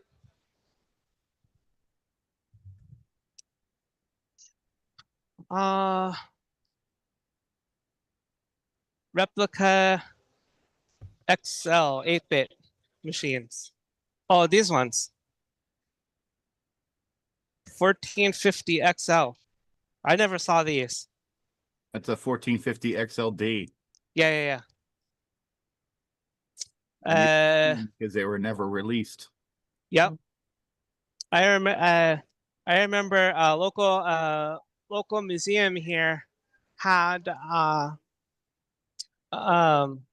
800s. I don't remember if it was XL or the original 800 exactly. I don't remember, but they had the Atari 800s, and they had them set up at the Science Museum in the computer lab for Logo. So when I was bored, I would sit there and play Logo at the Science Museum. Have some accessories. How would you guys like to go take a look at the free pile?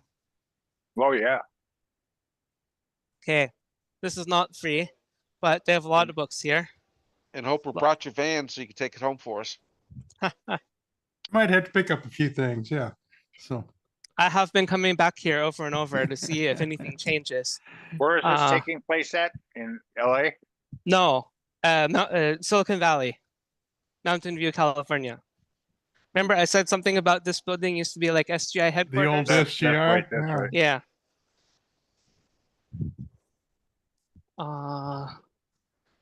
Huh. What's this? Why is it here on the free table? It's an overpriced PC.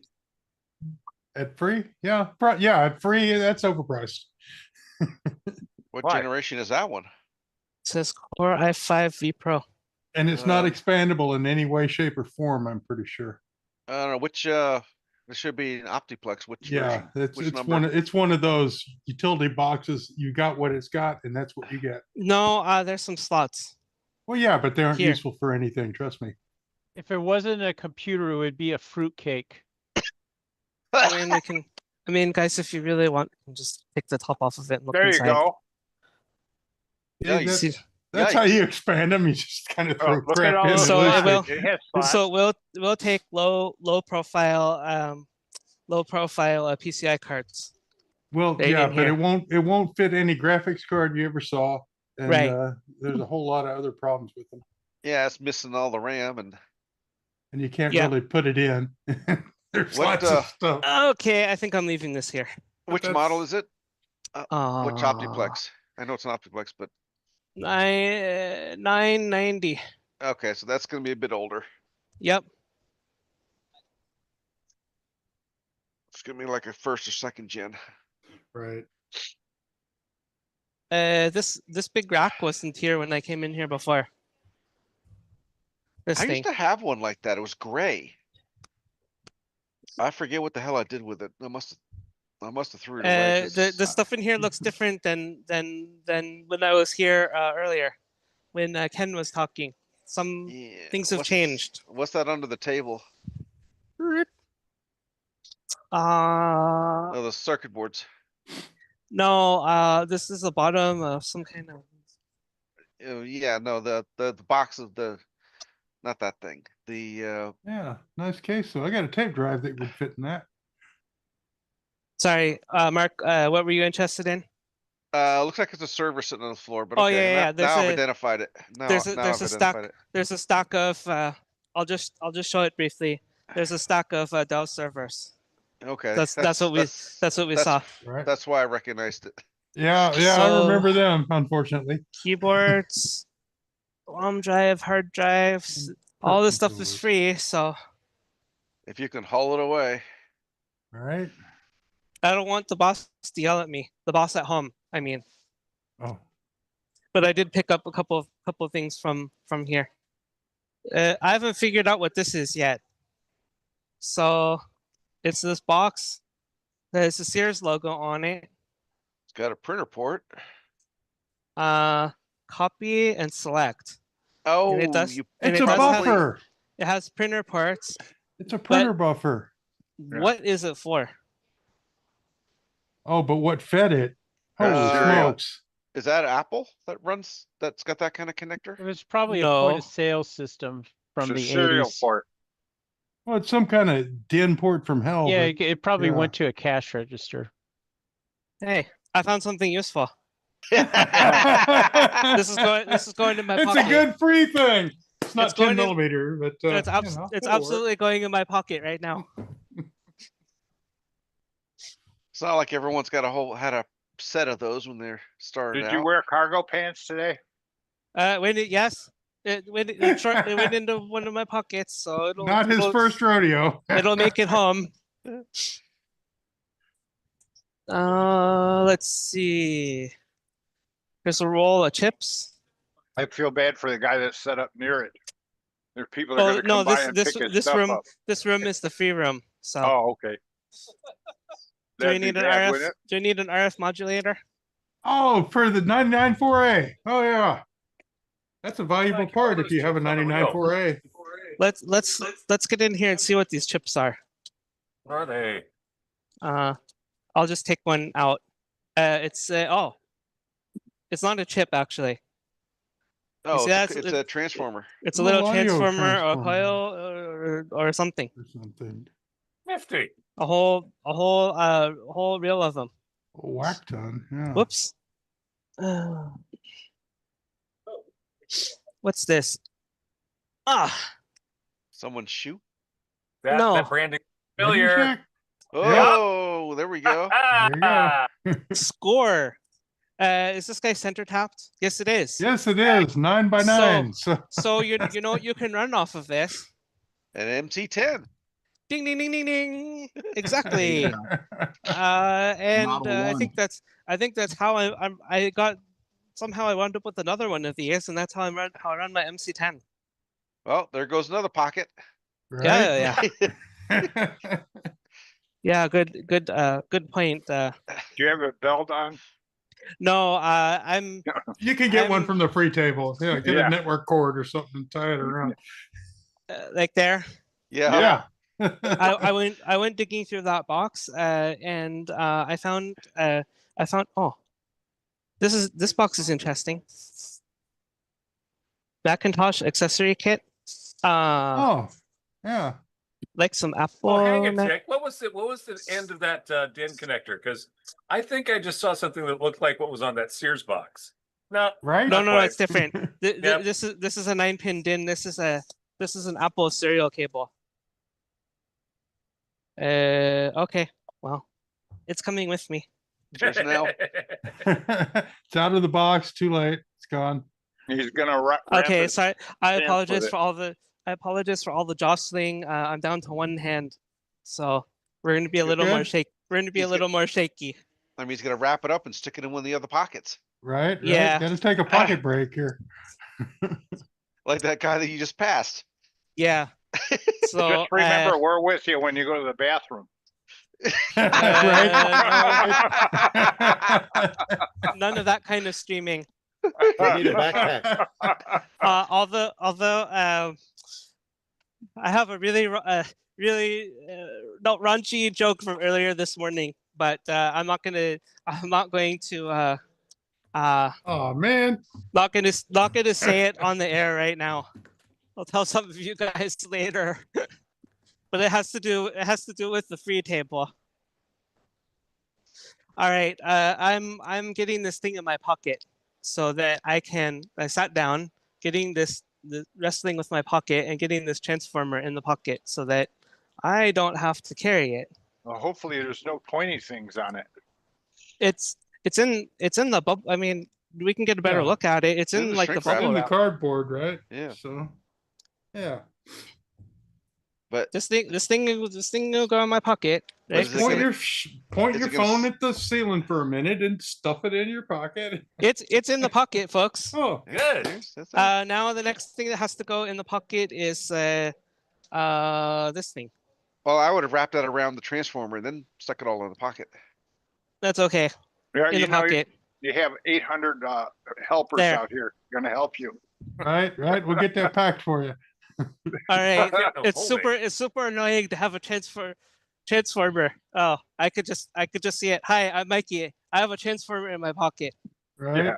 Well, now you got to find something heavy for the other side so you'll balance out. So. I have the battery for when my phone gives up. There it is. So that helps. that's in the other pocket. Okay. Last thing. Well, the You lady don't started have looking. that handheld computer in your pocket, do you? No. We're not going there, Ron. Come on. So here is the concession stand, if you will. These mouse pads are pretty cool. Teletype. Hello world. Yeah. Does it Vintage say computer hello world or does it say hello world? It actually says hello world. Oh, okay. So Yeah. apparently they don't know about Usagi Electric.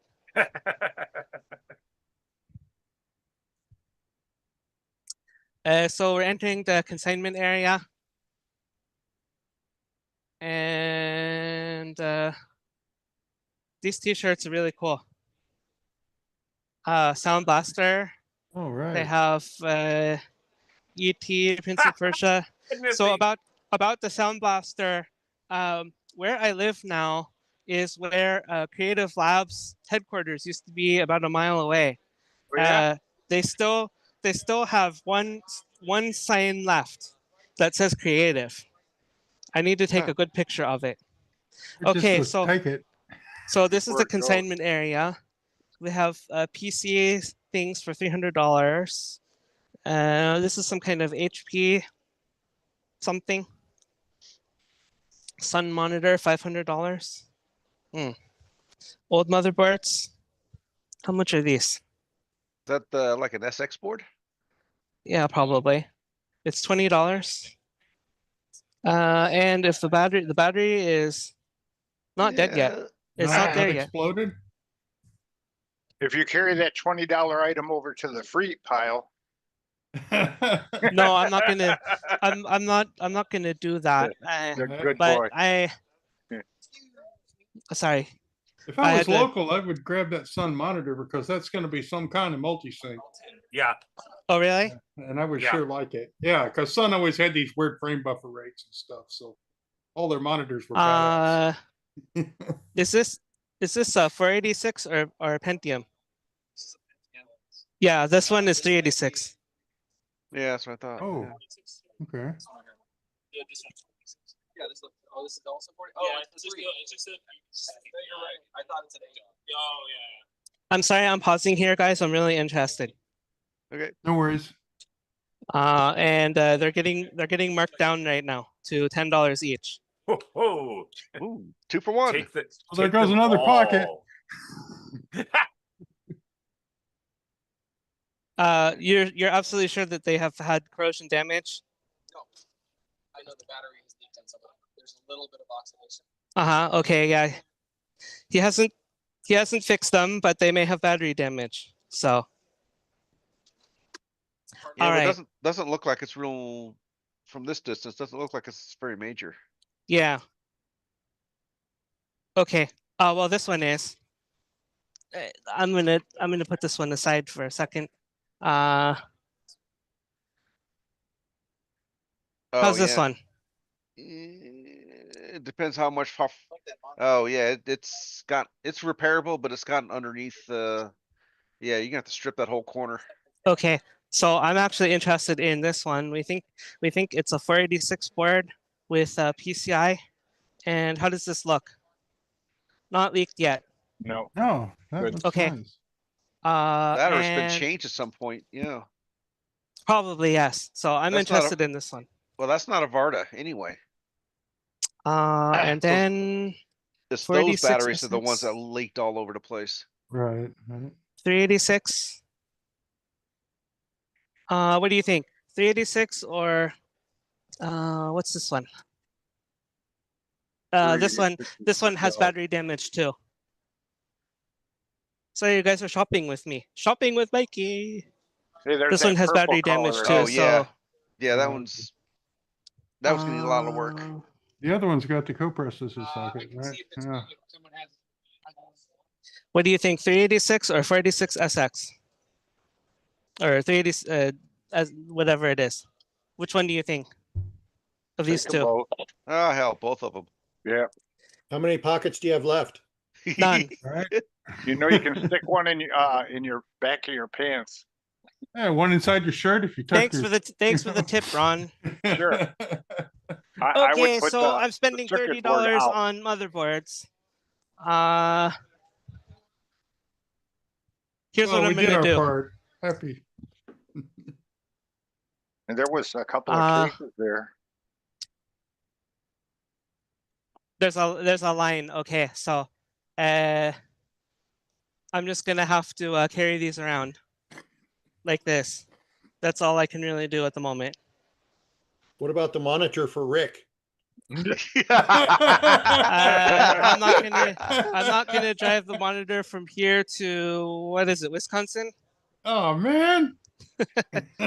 Okay, so you guys saw shopping with Mikey. You need So a I'm buying. backpack. I have You one, got but it has. Yeah.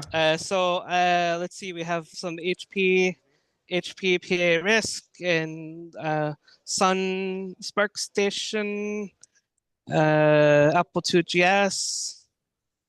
There was a Commodore something here. Let's see. PS1, $50. That's about right. Record player. Strange PC keyboard. So it is a cookie keyboard. And the cool thing about it is it has two connectors. Let me move them. Remember, I Oh, only so the got mouse and the keyboard are actually right. Separate. Yeah, it's a trackball. Pico Gus. Gravis ultrasound, 10U3 voice. This has been featured on Adrian's Digital Basement. Yeah, he's had some YouTube videos on that thing. Yeah, And he- I saw the talk at VCF East that the guy gave. Dude, the poor fella, he was like inundated so quickly. Ow. I'm gonna have holes. I'm gonna have holes in my hand. Let's see, what do we got here? Multi-purpose card. Is it? Yes. No. Parallel- It's an MFM controller. Oh, you're right. You're right. oh, from me olden days, yeah. Mikey, be careful about where you let those holes form. You might wind up looking like you got stigmata. Here's another MFM controller. Why don't you buy the bin? It says $3 for the bin. No, it's $3 each item, Ron. Oh, okay. So it has to be something really, really exciting. Something he can carry. Right? Serial down in the corner. cables. Well, you know, you can get a couple Serial of cables, cables. make bandoliers out of them. RAM. I don't need RAM. I have a lot of RAM. I'm not seeing anything that exciting to me in this box, actually. Is that a power supply? Yeah, but what to? Small one. Something. Some kind of ATX something or other. Something mini. Okay. One moment while I pick up my motherboards and poke more holes in my hand. Sounds risky. Maybe I can carry it without poking more holes. Okay. Sun Ultra 5, Sun Blade. There's some laptops down there. Yeah. Quadra G4. Have a PS2. This thing is interesting. It says it's a ADM3A. Right. Yep. A couple 100,000 of those in my time. I should probably go down the row in the middle so you can see the rest of the stuff. Let me switch.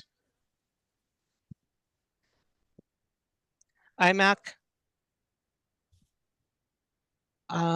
Core Duo, $25. Micron Beast. G4 something. Here's some PCs, and these are oops, almost dropped motherboards. These are 8088 development boards. Heathkit H19 terminal. And those Dells are going to be Pentium. Oh yeah, Dell Dimension. One of them says Pentium. This one says Pentium 3. This one also says Pentium 3. This one here is 60. This one is 150. This one is 100. Wow. The terminal is 100. This guy here is 65. Some more cards. Sound card. That little HP box there. Which one? This? With the knobs on it. Oh no, it's not HP. Dual channel DDS signal generator. Yeah, that's yep. So here's a Mac.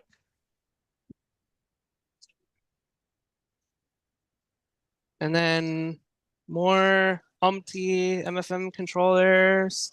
Let's go down this row. Let's look at this here. Like a Xerox, some kind of Xerox computer. Hey, Don't know. Those boxes look like you can use those for the I'm sorry. There's a computer here. Xerox 820. And then disk drives and the keyboard. So this is the system. I didn't see this one before, but this is actually the computer. Now that I see it. What did they price it at? Xerox 820 with keyboard and 2 floppies. It says 100. Ooh. It started at 250.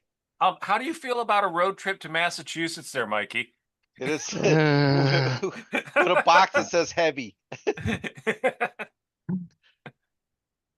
Well, I think after because I'm gonna need to wait in the consignment line to pay for these stupid motherboards. So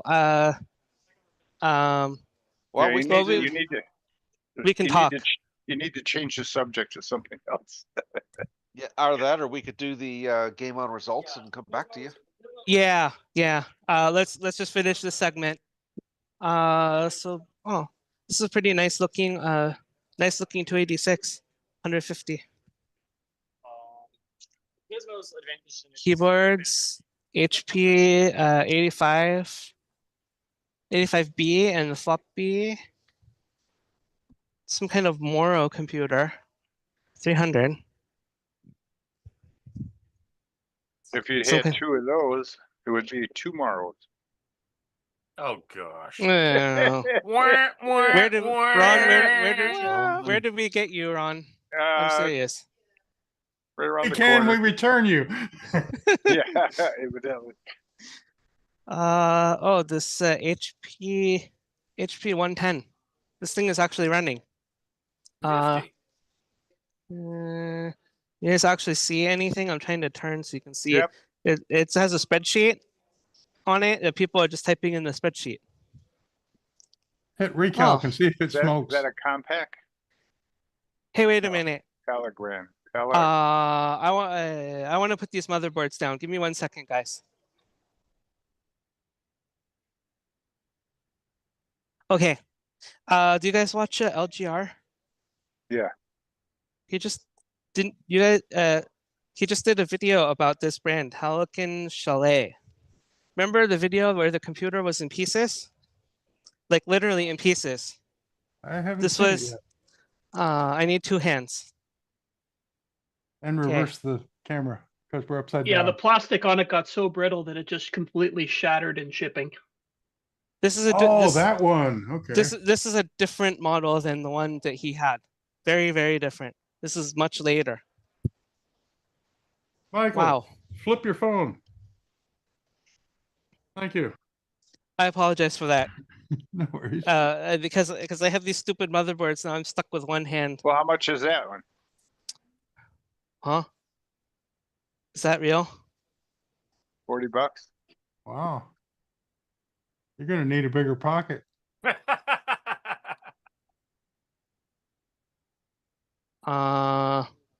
Did I find the deal of a lifetime? Is there a power supply? There's a power supply here. What's in here? Oh, tray of goodies. So it has serial, parallel, VGA, some kind of expansion connector, has a floppy drive. Why is there tape on one side? It's Oh, covering that- up something. No, I think that's from the Like this is like a battery door. If you look at this. Oh, door that won't stay stuck. But didn't they taped it have on. writing on that? Yes, it did. Let me Maybe- let me open it again. Yeah, maybe it was just from the writing and they flipped it over to the edge. Very gently open it. Nope, guess not. Oh, wait a minute. No. Yeah, you're right. It's holding it shut. Internal keyboard, floppy, and hard drive are bad. Needs new clock battery. Hinge works. Great new PSU. So it has some problems. So LGR would really like that because it has a case. But this is a completely different machine. Oh, than it's the a one that different he had. monitor, you're Yeah, right. this is like a later 386. I like it. What do you think, guys? It's your money. I think I'm going to pass on it. Yeah. Okay. Oh, come on. If we're spending your money, I think you should get it. How? He's out of pockets. I mean, what are you gonna do? I mean, I'm out of pockets and a pile of motherboards. I mean, come on, guys. Anything else interesting? Like a floppy dock for the IBM ThinkPads. Yeah.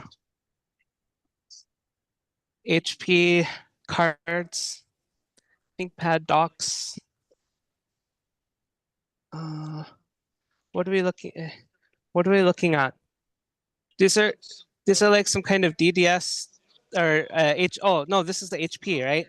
So it's a DC 100. DC, okay, these are the tapes for the HP. So I guess all of these tapes need to be restored, like the rubber wheels, is that right? Yeah. Okay, yeah. Side of the tape, and as you unravel it, it just Oh, it sheds? The internal drive shaft will break.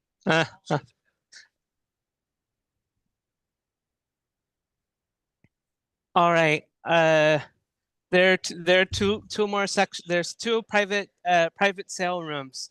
There's one private sale room over there, another private sale room over there. There was one thing that but I can't take these items I have in my hand away. I need to go straight to pay for them. All right, So we'll have a commercial. this would be a good time for a break because I have to go wait in this line over here. Fair enough. We can do games or something. The line is over here. So All right. Well, do we need a commercial break or Ken, are you ready for game on? Who? What? What am I doing? Yep. Yeah, Do do we the need game on. Do we need a commercial break or head into game on? When did I start doing game on? We can go ahead and do game on. Sloopy, call you it ready what for you game want. on? All right, here I already we did game on this week. Oh, okay. All right. It's Here, Ken's day. okay, here we go.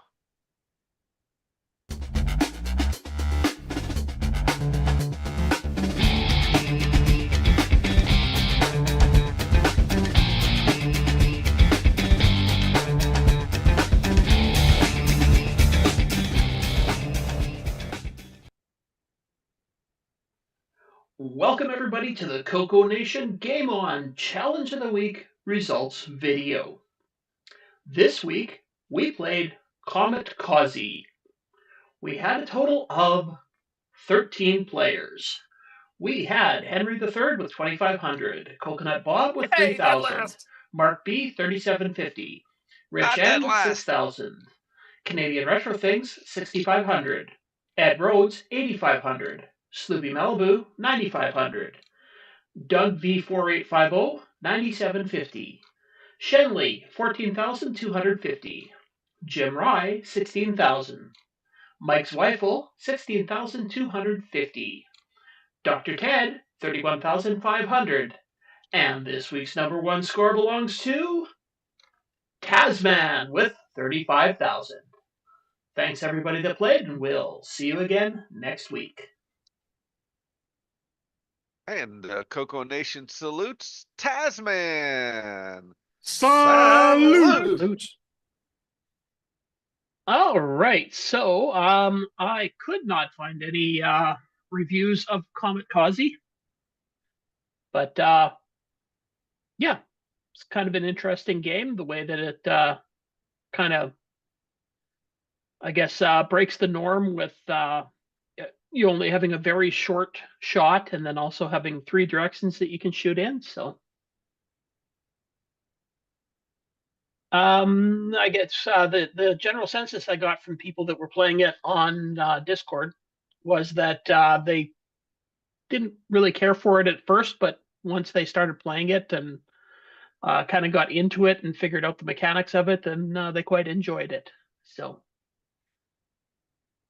and yeah, I think I enjoyed it as well. I don't know, what anybody else that played it? What did you think? I found it frustrating.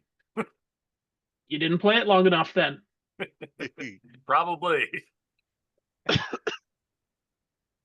No, it was I mean, it was just interesting the way that yeah, like if you had long shots, it would have been probably a little bit too easy. So you had to figure out, and one of the things was that also, like when you were moving away from somebody trying to get out of their way, you couldn't shoot them because you were shooting in the different directions. So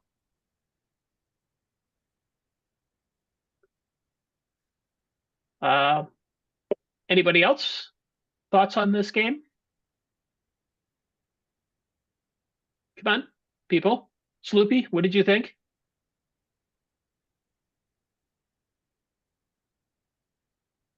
I thought it was a great game. Please do tell.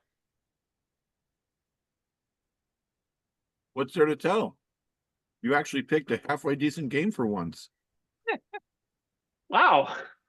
Now, if that's not a vote of confidence, then I don't know what is. Yeah, I guess there's not a lot to say about it. It's a pretty basic game with a different mechanic, so. Yeah. The shooting could be just a little bit longer. Could be. It was about the length of your ship. Right. But yeah, I think that just a slightly bit longer shooting, like about another half length. Yeah, like 1.5 times what it is. Although somebody did point out that kind of looked like a Dalek from Doctor Who floating around in space, and you're shooting them with your little plunger. Yep. But yeah, it did take some getting used to. When I first started playing it, I didn't dislike it. Excuse me. I didn't dislike it. I just didn't get used to it right away. I think kind of like Henry was saying, I found it a little frustrating at first, but yeah, once you figured it out and got into the groove of how it was working, then it became a lot more fun. Mm-hmm. Most definitely. After, especially after everyone figured out you needed 2 joysticks for Spy Hunter. Yep. Well, we'll get into that in a second. Well, I guess there's really not a lot else to say about this game. As I said, it was a fairly basic game. Things don't change a lot as you're playing, other than you get the aliens change color and look a little bit different. The for farming a score on it, there's not much you can do. If you get lucky enough that you have a bunch of asteroids coming at you all at once, then you can score some really quick points there, because they're worth like 5 times as much as one of the ships. Only if you can shoot them. Yeah, only if you can shoot them, but they're not that hard to shoot. You always have to be kind of moving down and away from them and shoot. Or start going down and away from them, and then at the last second you got to turn and shoot them. Yeah.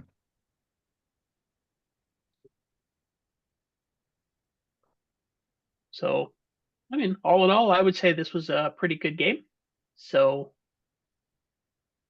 I guess the other game that we played was Spy Hunter, which I know a few people didn't like the fact that you needed 2 joysticks for it. But a good workaround for that is if you are playing on an emulator, make your moving and shooting joystick as your actual joystick, and then do some key assignments for the other things that you do with the second joystick. Makes it a little bit easier. Mm-hmm. I actually did not even get a chance to try that game yet, because I've been traveling around quite a bit this last week. So those of you that did try it, what do you think of it compared to the arcade machine? I never played the arcade machine, so I have like no point of reference, but I thought, I like the interface of it. Yeah. I haven't had a chance to do it with the 2 sticks yet, but I did get to play it over at CoCo Fest, and rather enjoyed the idea of it. Well, he had an actual arcade board there for controlling it, so you had all the buttons you needed. And even if you had 1 joystick, it's not unplayable. Right, Yeah. right.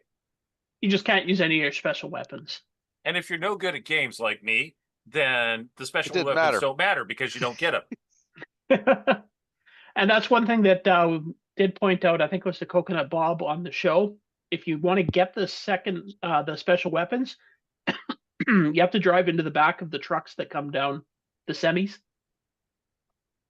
So that's basically kind of like Knight Rider. You drive into the back of the truck, and then they outfit your car with the special weapon, and then you come out and go. Yeah, but you got to drive into the back of them carefully, or you're going to end up rear-ending them. Exactly. Kind of like real life. Yeah. Time I tried to get in my Knight Rider truck, I had to. That's one of the differences, I think, from the actual arcade machine. I haven't played it in years, but if I remember correctly, when you come up behind one of the trucks, it drops a little ramp that you drive up, so you can line yourself up with it perfectly.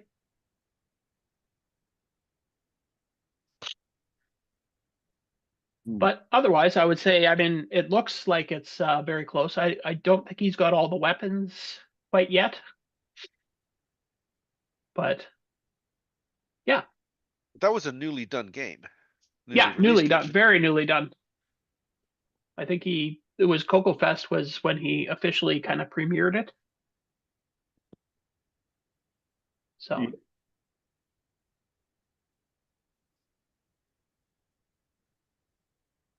I don't know. Oh, Brian Weisler says yes, there was a ramp. So I'm remembering correctly. old age hasn't gotten to me quite yet.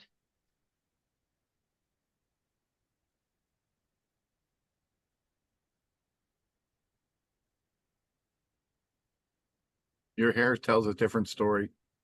What? Can you speak up, please? All right. So I guess shall we move on to talking about the live game on challenge? Because I don't know unless there's anything else anybody wants to say about Spy Hunter. We got that for one more week, so.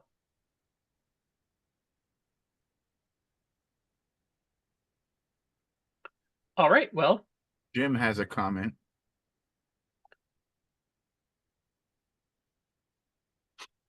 Well, not sure about the physics of driving up into a truck at 120 miles an hour. Well, if the truck itself is moving at like 115. Right. Yeah, well, there you go. Mythbusters did it and found out you can do it. Yeah. At least at regular speeds. So As why long not as you- 120? As long as you kind of match the speed of the truck, it's not that hard to do because you don't actually go flying up the ramp as soon as you hit it. No, because you're going to rip out your transmission. Right. You get you get a little bit of a screech when you hit the ramp, and then you're stationary on the truck. As long as you're a rear wheel drive. If you're a front wheel drive, all bets are off. Yeah, then you might have a lot of fun trying to get on a You're going to truck. launch. That's That why would you be got to have a fun. padded. You have to have a padded wall at the end of the semi trailer. Well, the Mythbusters did this, didn't they? Yeah, they Yep, did. they did. At So 50 or 60 or something, and it works for a rear-wheel drive car, like Mark said. Front-wheel drive car, you lose your traction as soon as your front wheels go on the ramp, and Then you go engine dies. 210 miles an hour. Oh, there you go. yeah. Big black stripes right straight through. Leave a little ramp at the end so you clear the driver. I'd venture to guess that manual transmission would also make it easier. Probably. You Yeah, better 'cause- push the clutch in as soon as your tires hit that ramp. Yeah, because automatic is not going to like going 60 to 0 in seconds. That's what torque converters are for. Well, with a manual transmission, you don't want to push the clutch in too quickly, otherwise you'll roll off the back of the ramp back onto the road. Right. First gear, get first gear and just gun it. 20,000 RPM. No, not once your front wheels are on there. You don't need 20,000. 20,000? What is this? An F1 car?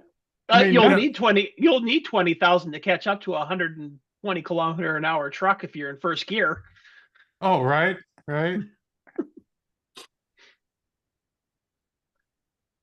Anyway, aside from the physics of the game, which looks like it's a fun game. As I said, I have not tried it yet, but that will be next week.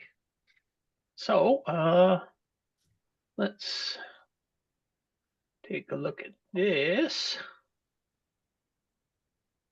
All right, so here we are with some people playing some games. Ooh. And it ended up in a discussion about time zones. Yep. Well, just because I couldn't remember what time zone I was in, give me a break.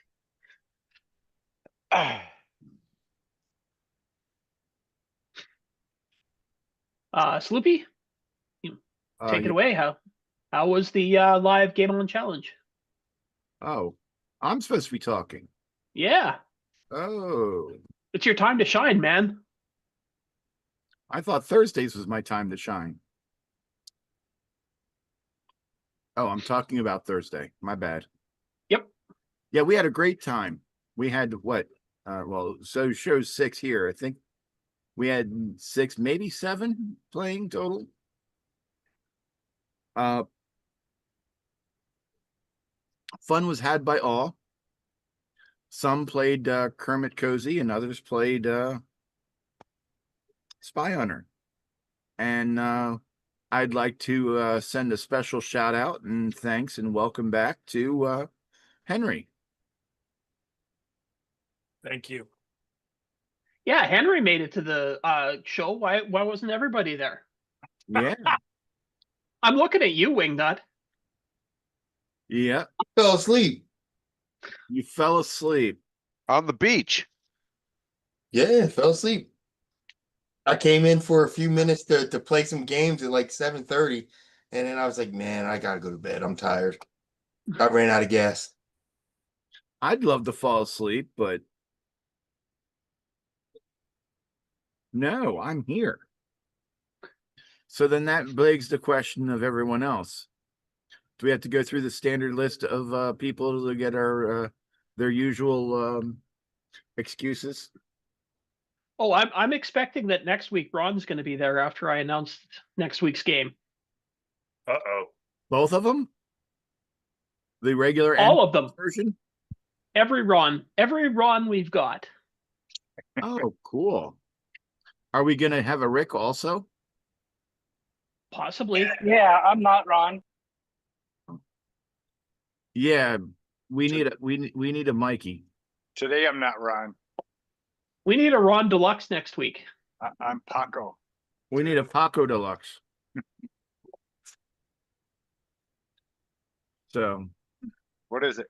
Which begs the question, all you people out there in viewerland, why are you not on the show with us? Don't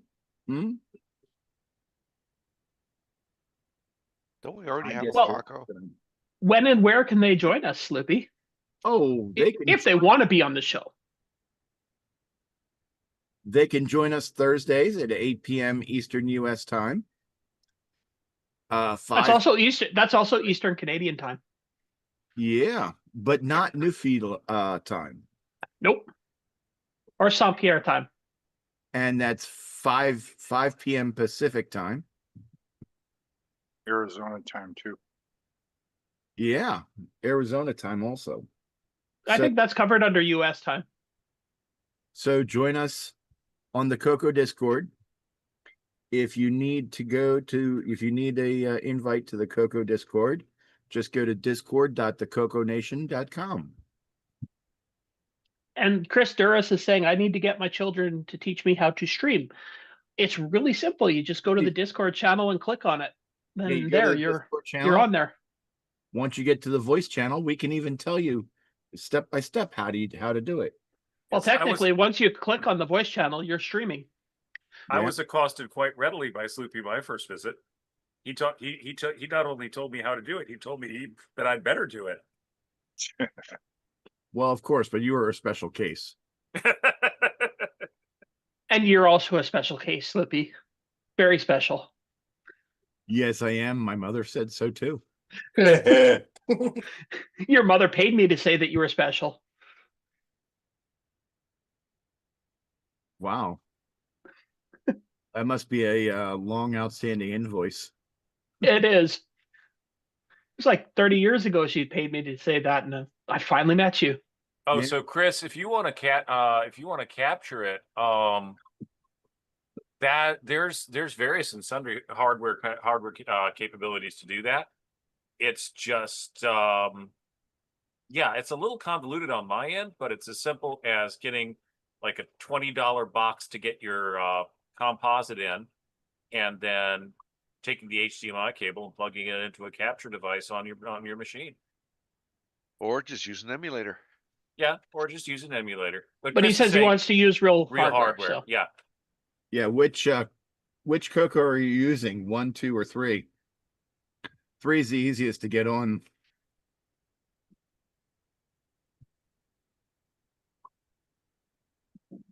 So, but yeah, there are like $10, $15 conversion boxes that connect to the composite output of the CoCo 3 for hooking that up to your PC. There are TV tuner cards you can buy on the used market. I don't know if any of the newer ones do anything but digital. I don't know if I haven't had luck with the newer Hoppage stuff. Yeah, but if you get an older one, then that will be able to tune in. Can you point your camera to the screen? Yeah, you can do that too. Also a possibility. That's pretty much universal, isn't it? I'm not gonna name Wingnut's name, but Oh, there yeah. are people that do it. Well, now it'll be on that CM11. I hook the CoCo 3 up to that. Yeah. So Oh, You did the mod on the cable. I just found an analog USB TV tuner card. That is $40 on Amazon. Well, if you're looking to just to go off the composite on the CoCo 3, then the easiest thing to do is buy one of those little USB converters that you do for capturing off VCRs and stuff. Works just great. They're about $5. yeah. Yeah, because you can also get something like this. If Well, it'll- nobody can see you. They So can't see I you. will stop sharing. There. Oh. Well, they can see me on the side of the screen. So, but What is that? this is a Hupog Win TV HVR 1950. And let's see here. Or you get something like this, which is just one of those things that you can hook your VCR up to your computer with. It's USB, got S-video, got stereo and video composite. Yeah, And but it doesn't have RF. Oh, okay. Chris, oh, if you you've don't. got- But if you've got a CoCo 3, you don't need the RF. Yeah, Right. Chris, if you've got a Gimme X and a CoCo one with if you've got a Gimme X and a CoCo one with CoCo DV with HDMI outs, yeah, you just need to get an HDMI capture device. Those things are like $20-$30 on Amazon. Yeah, because this has a composite composite S video and RF. And usually you can get them for about $25 and they connect to USB. Anyway, but moving on from that, we can go over it more if somebody wants to join us on Thursday night. We can talk about it and give suggestions and try and help people hook things up. And yeah, we're very friendly. We'll only make fun of you a little bit for not knowing how to do it. And we'll even put the muzzle on Ken so he doesn't bite. Oh, fine. Hey, I'm not making that mistake again. On Mikey. So, all right. The entire Game 1 challenge live. Back to you, Ken. Okay, well, how about we take a look at what we are going to be playing next week for the next 2 weeks. We've got Spy Hunter, obviously, for one more week. And this one is going to be really hard for people to guess because the name of the game is not written in giant letters across the top of the screen. So just remember that. Yeah, and Curtis is not here to guess for us. Ooh, nifty. Pac-Man Goes Awry. Is that Donkey Kong? Close. Very close. I think it's Cubert, isn't it? Maybe it's another Frogger clone. So this is obviously the one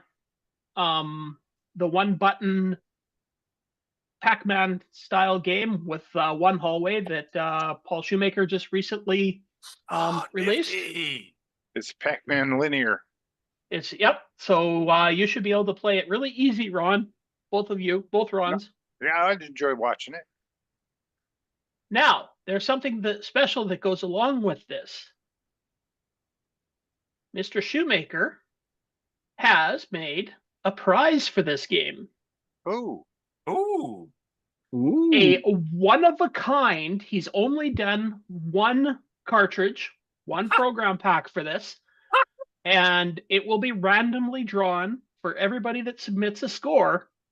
Somebody will win this. Oh, I'm definitely playing that. Oh, great. At least it's not the top score. No, it's not the top. It's not the top score. How many people can you host on Discord? That's so cool. We've had at least 25. Yeah, I've seen 20, 25 at one time. anyways, this is just, you don't have to be on the Discord. You have to submit a score in the Discord channel.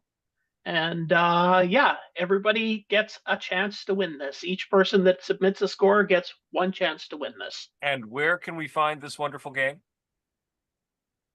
It is on Paul's itch.io page, which I will put a link to in Discord for the game.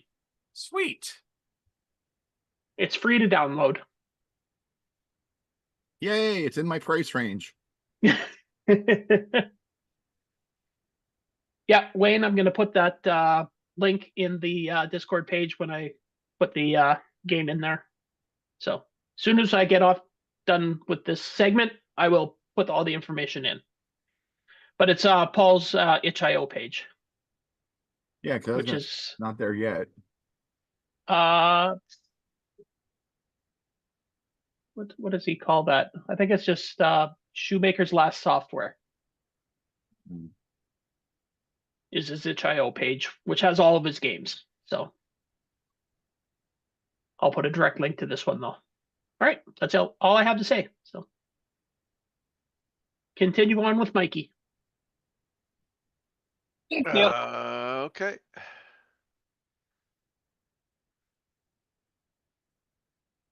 Mikey, you still there? You didn't hear the peanut gallery? I'm not Mikey, and yes, please. Okay. Yeah, I'm here. I had a chance. I'm hungry. I didn't get lunch, but I had a chance to take a break for a little bit. Did you run your loot out to the car? No, I didn't do that. I asked one of the TRS-80 exhibitors if I could keep my backpack under their table. So that's what I did. It's gonna run All away. right. So what would you guys like to see?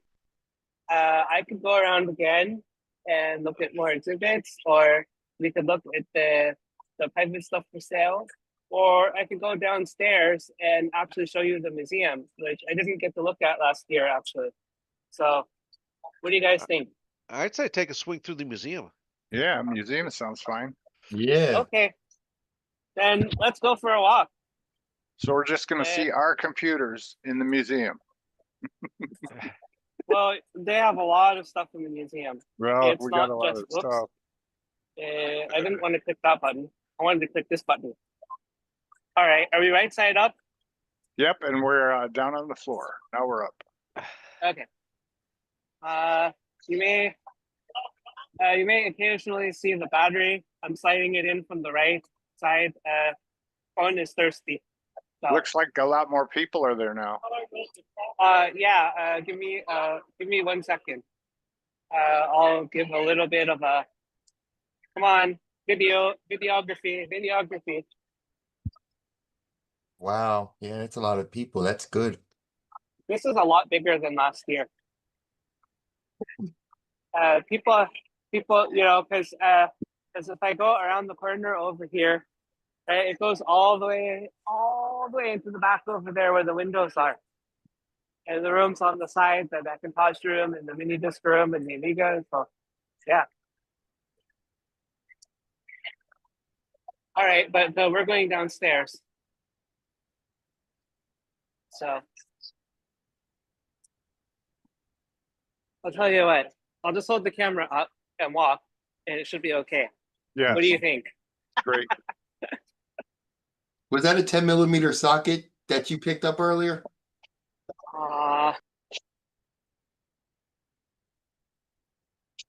Give 1 second. Okay. Sorry, I clicked the wrong thing and muted. It says something line, and does it have a size? China. Oh, it's well loved. It's all worn off. Mm-hmm. Yeah, I have no idea what size it is. I didn't manage to I didn't manage to dump that one off, so it'll just stay in my pocket. So. There you go. Okay. So downstairs is the museum.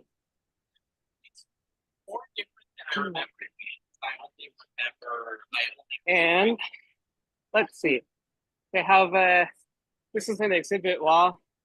It's about looks like this time it's about fonts and emojis and stuff. Just they have this screen is like the stuff is changing.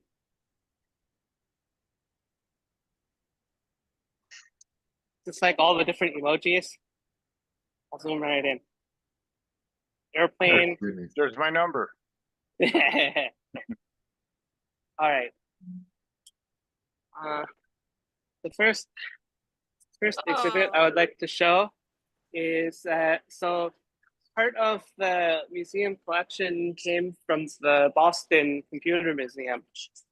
So I think one of the things that actually came from Boston to Mountain View is this PDP-1 computer. Ooh. So the actual computer is over here with the lights and switches. And haven't I seen Curious Mark playing Space War on that very machine? Yes, that's correct. I think they have Space War for the CRT display. They have audio amplifier here. I mean, his lab is not in the basement, is it? No, No. Oh, okay. it's the next room. They have some controllers here, so I guess you can control the game. I actually do not remember if I have seen this exhibit running. PDP, sorry, let me mind the fingers and stuff. PDP restoration team. This guy here, I ran it near the beginning of the streaming. At the beginning of the video, I literally almost ran into this guy. Rafael.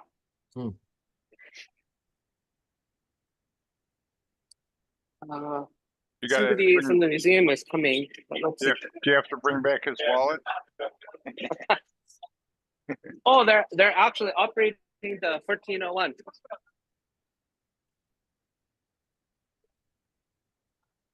You guys can't hear it, but the line printer is actually operating. So this is a computer room, and they have IBM 1401 computer in here, and they're printing stuff off. Oh. So here's a bunch of stations with the key punches for punching the cards,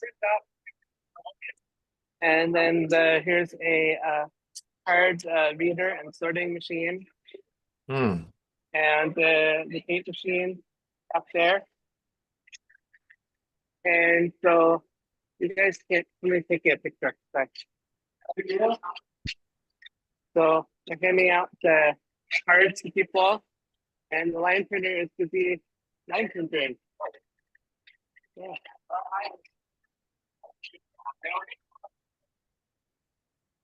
Oh man, you got tall. Somebody's name. And then the computer is right here. This box right here with the big light, that's the computer. So this computer is driving all of the tape drives and printers and the card punches and everything in here. Pretty cool. They actually have another computer over there. But this one is actually doing stuff. So yes, the Curious Mark did work on this computer. Looks like the We had a machines couple, they had at we Mission had a couple Control. of videos about it. Ron, you said like the machine they have on Mission Control. Yeah, Excuse Mission me. Control. They used to have a bank of those tapes. I don't know what kind of computers they had. All right, so yeah, the main. Let me go around all these people. Goes through the main entrance of the museum. This is the end part over here. I can't go around this way.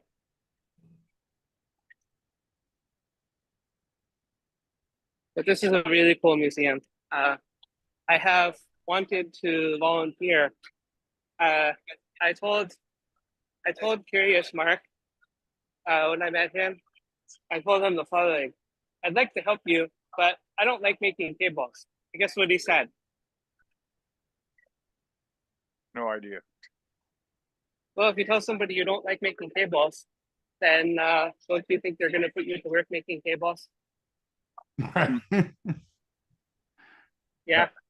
I mean, you'll get it done really fast. I They're really told them in coded words what kind of job I was going to have accidentally.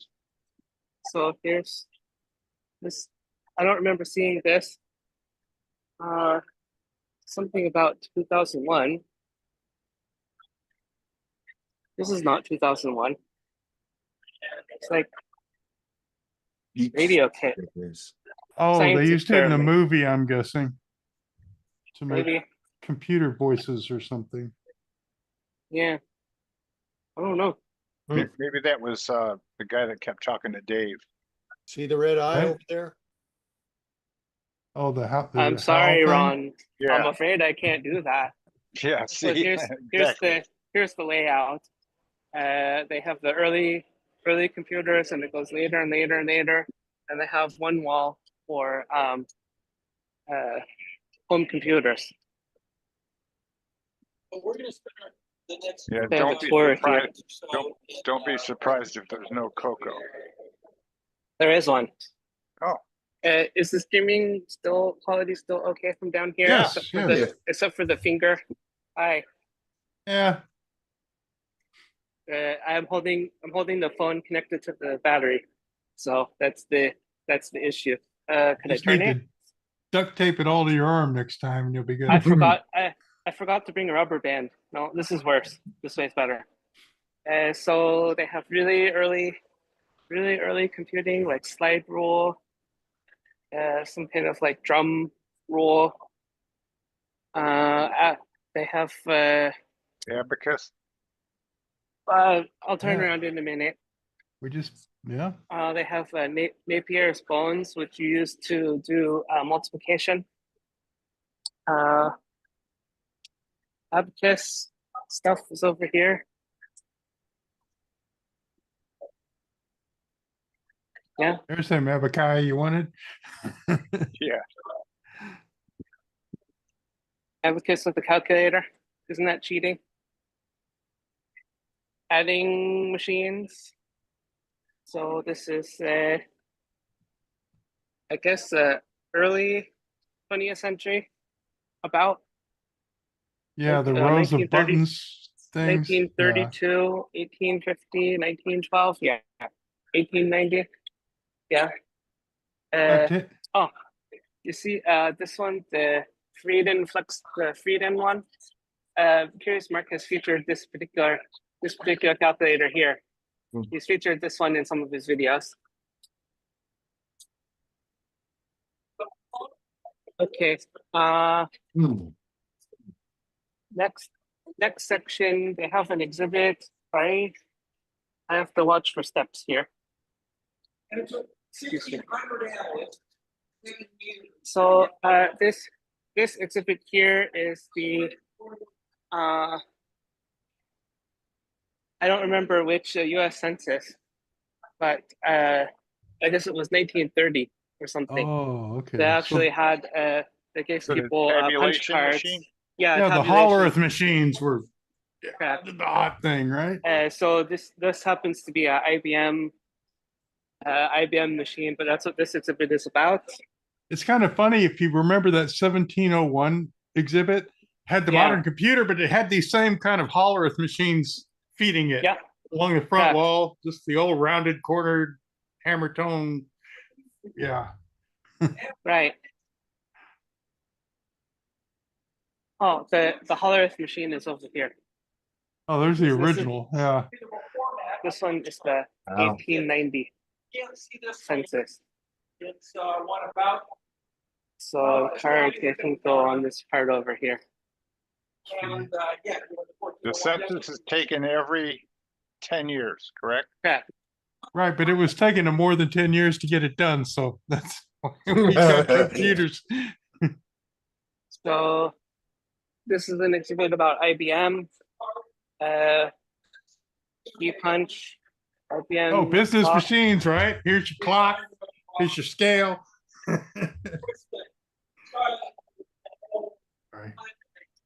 Think. First ThinkPad. So this is an IBM 403 computing accounting machine. So if I remember correctly, you punch cards, compute there. Yeah. So this computer, there's a panel. I don't know if it's this one here or somewhere else. There's a panel with plugs, a board full of a bunch of plugs, and that's how you program the computer to know what to do. Oh, that was a fun job, I bet. So this is Sorter, card sorter, card sorting. We're going to be zipping along through history here because I don't want this to take forever. We're still in all punch of it- cards. All of Start- it's interesting. Right. So here's a completely different kind of computer. Do we go to core memory next, or what happened? Eventually we'll get there. So these are analog computers. So instead of ones and zeros, they're voltages, and adding and combining and doing different weird things with voltages to do different calculations. Were these It's not so- vacuum tubes? Yeah, there's vacuum tubes here, right back there. Yeah, I mean, what you're looking at, if you're using an analog computer, that's what the operational amplifier is there for, is to do computing. Be a nice linear amplifier, which was a little hard to do originally.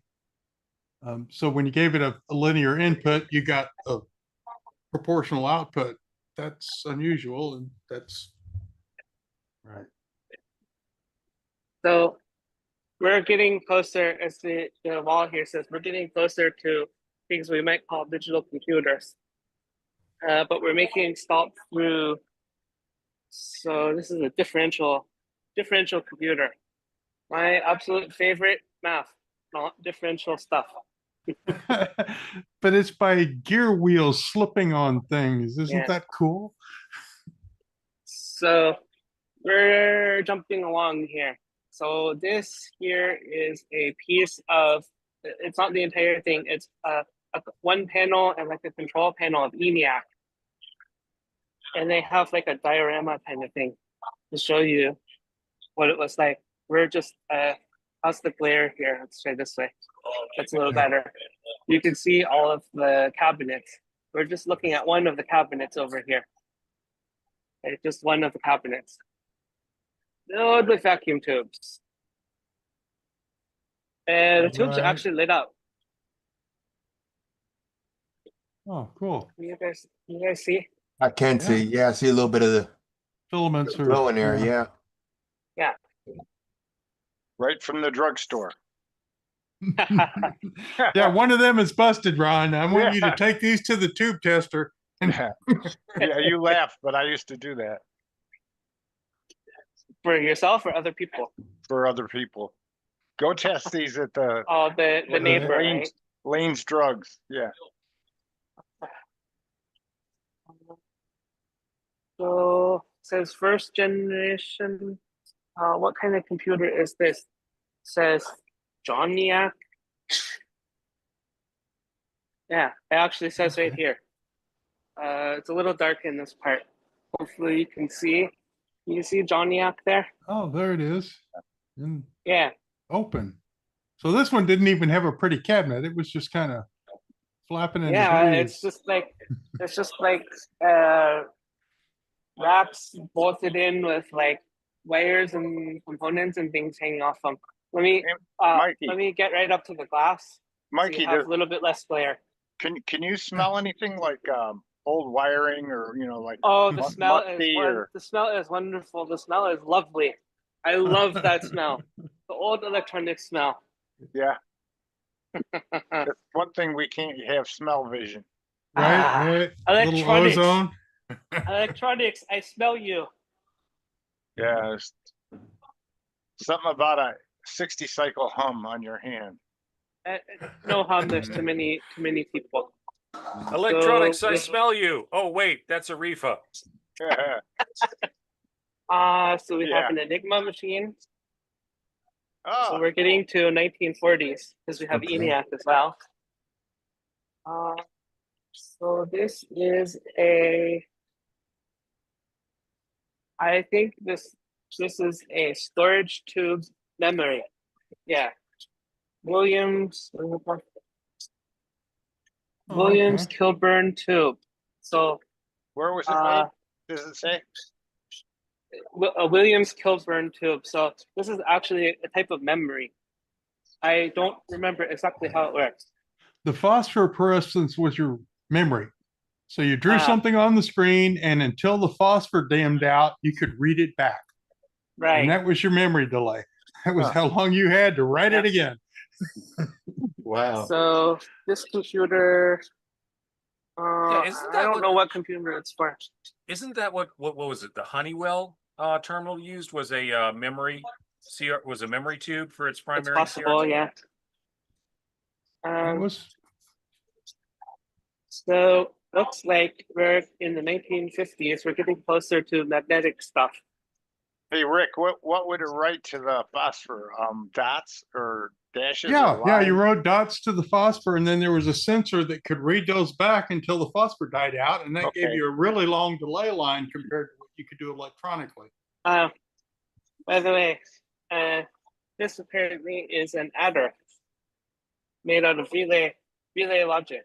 My high school project involved relay logic adders and Do things. you guys know what kind of batteries these are? I don't remember the name. They look like big old radio batteries, but I don't remember what they are. F cells or something. Yeah. And then here's a binary gate, but it's made out of metal plates that you can actually see. Let me put it down on top so you can see without glare. Oh, you can see that there's like there's on the left side there's a 0, on the right side there's a 0, and the bottom there's a 0. So you can add the left side and the right side with that.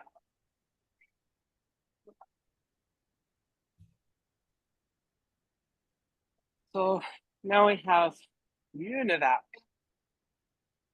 And this is just the. That looks like something that women would put on their head to dry their hair. Right. But it's actually the memory, right? It's a drum memory. Is that? Oh yeah, that'll be a drum memory. You can see on this side, if I get rid of the glare for you, you can see that there's the coils all around the outside, right?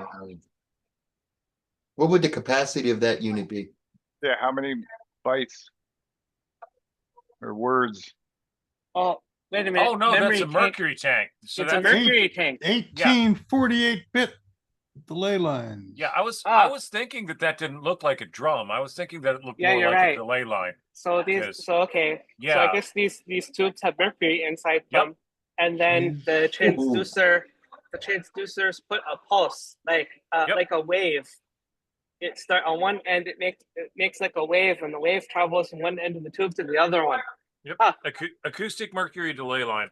I remember reading about that. Fascinating. Have we seen these things in movies? This tape drive? I haven't seen the uniservos in movies. At least not that I can recall, but I'm sure they've been there. Right. Manchester Universal. Oh, look, it's a Bendix G15. But it says control. Okay, if you're confused about the name, here, Control Data Corporation Bendix G15. They have a sign in the back. Can we see it? That's not the one that Usagi's been working on. No. As far as I recall, this one has been resting here for years. Because I've come to this museum a couple of times. There it is. And then here's another. Somebody made a replica of the control panel of this computer, LGP20. I think it's an FPGA project. Oh, I like the typewriter carriage going back and forth on your computer. That's perfect. Remember the movie? It had the Whopper in it.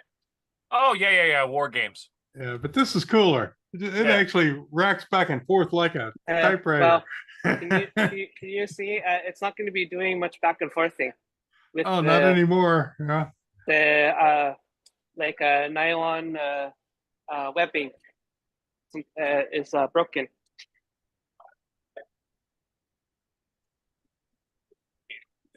So when we get bombed back to the Stone Age, we'll go break in here and start using the old Start stuff. these back up. Yeah. Yeah. What did you say was missing? It's probably hair. Yeah. Oh. You need a gal with long hair. So you okay. Radar set from Hades. What the heck is that thing? So this Oh, yeah. exhibit is Sage. The NORAD core. Cool. The nationwide defense Predecessor computer to thing. Whopper. Yeah. Right. So it's pretty interesting. Light pin. There's a light pen, and some other kind of control panel. And here's the main control panel of the computer. I wonder if that light pen is what they based the hypo spray on Star Trek from, because it looks a lot like it. Yeah, Can you see in the back there, rows and rows and rows of vacuum tubes? Mm-hmm. Oh yeah.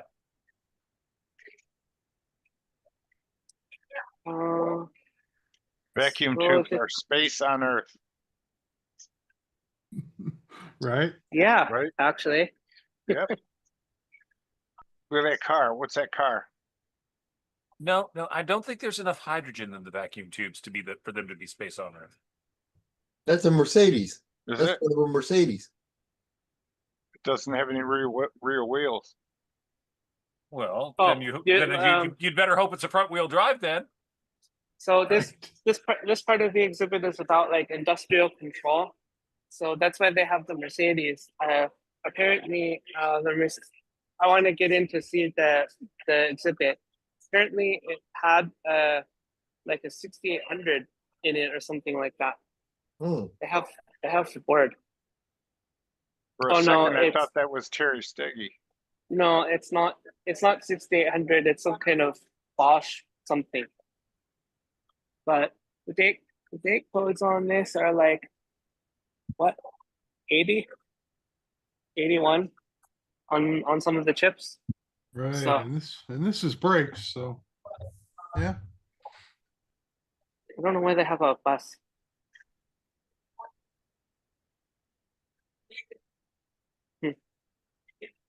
When I go to Asia, I'm going to be riding on double-decker buses. All right, now we're getting into like aeronautical and space stuff a little bit. Here they have a replica of like Testing 1, 2. Don't know exactly which missile it is, but look at all of the Testing 1, 2. Yes. This one is a control computer, guidance computer for a missile as well. Wow. It's got a whole bunch of like, you can see all the little cards. The light is not that good. Maybe going backwards. Let me Oh try yeah, this these way. are all cards like fan fins running out. You can see like some parts in there. Right. Somewhat. This is all radiation hardened and yada yada, so you can shoot it at people. Okay. So now we're getting to slightly more modern stuff. We're getting to the 60s. Native layer, bubble memory, hollow program. So this apparently is a rope memory. We're getting to core memory here. Whoops. Actually, I've gone too far. Where have I gone wrong? Yeah, so we're squarely in the core memory area here. 360 with a nice terminal. And iconic. Here's a hard disk and some tape drives. Nice. It'll be nice to see those guys spin. Nice. Probably. These are the have a lot of fancy work. fancy tape drives that had the hanging loops that were pulled down by vacuum, so you could jerk the wheels back and forth at 1,000 miles an hour. And down there, yeah. Cool. vacuum stuff. Okay, let's go a little bit more modern.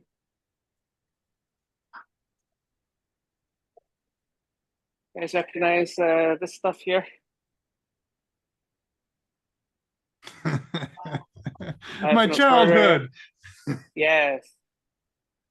Laser disc. How about that? Yeah, there's a laser disc up there. CD. Is that a zip drive?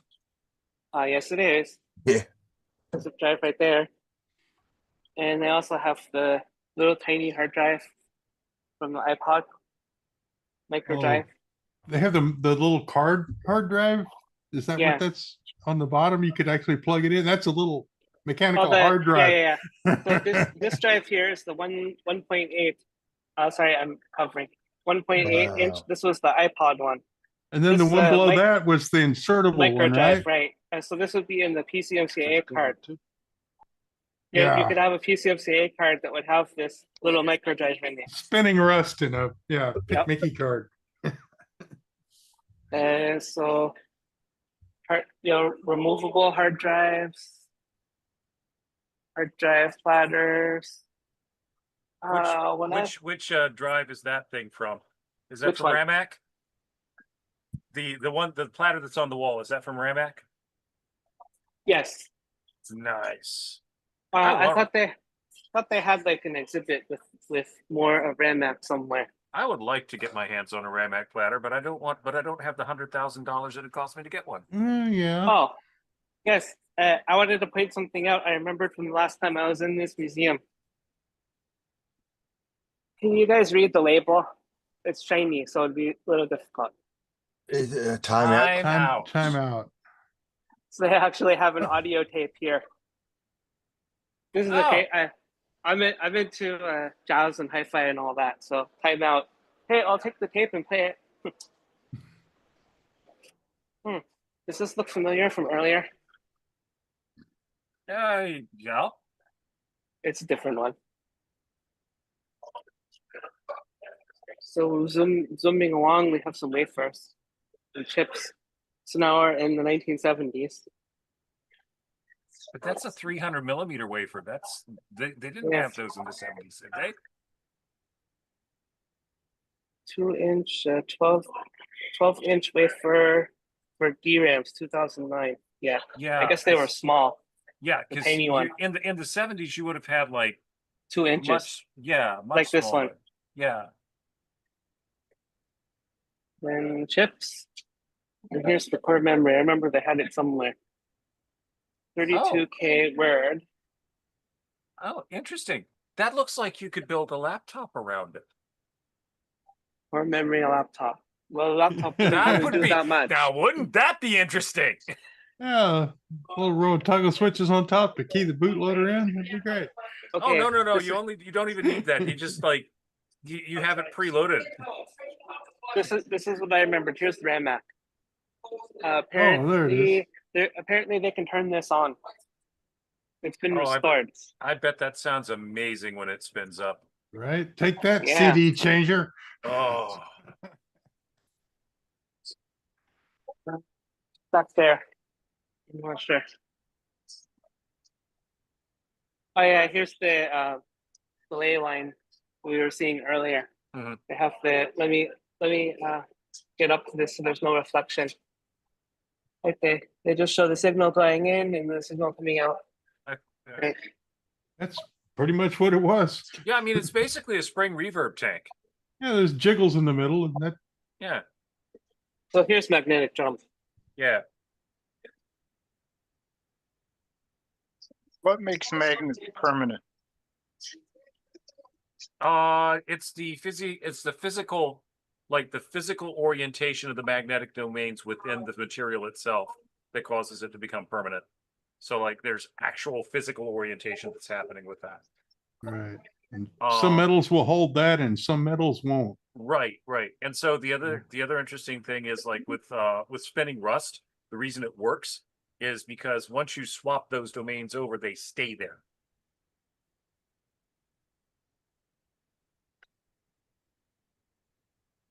Oh, I didn't even realize when I was looking at this. This used to be a pretty big company around here. Oh yeah.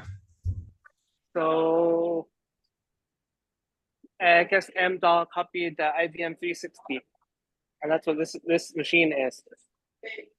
M-Doll 470. Oh, okay. And it Clones looks before. yeah.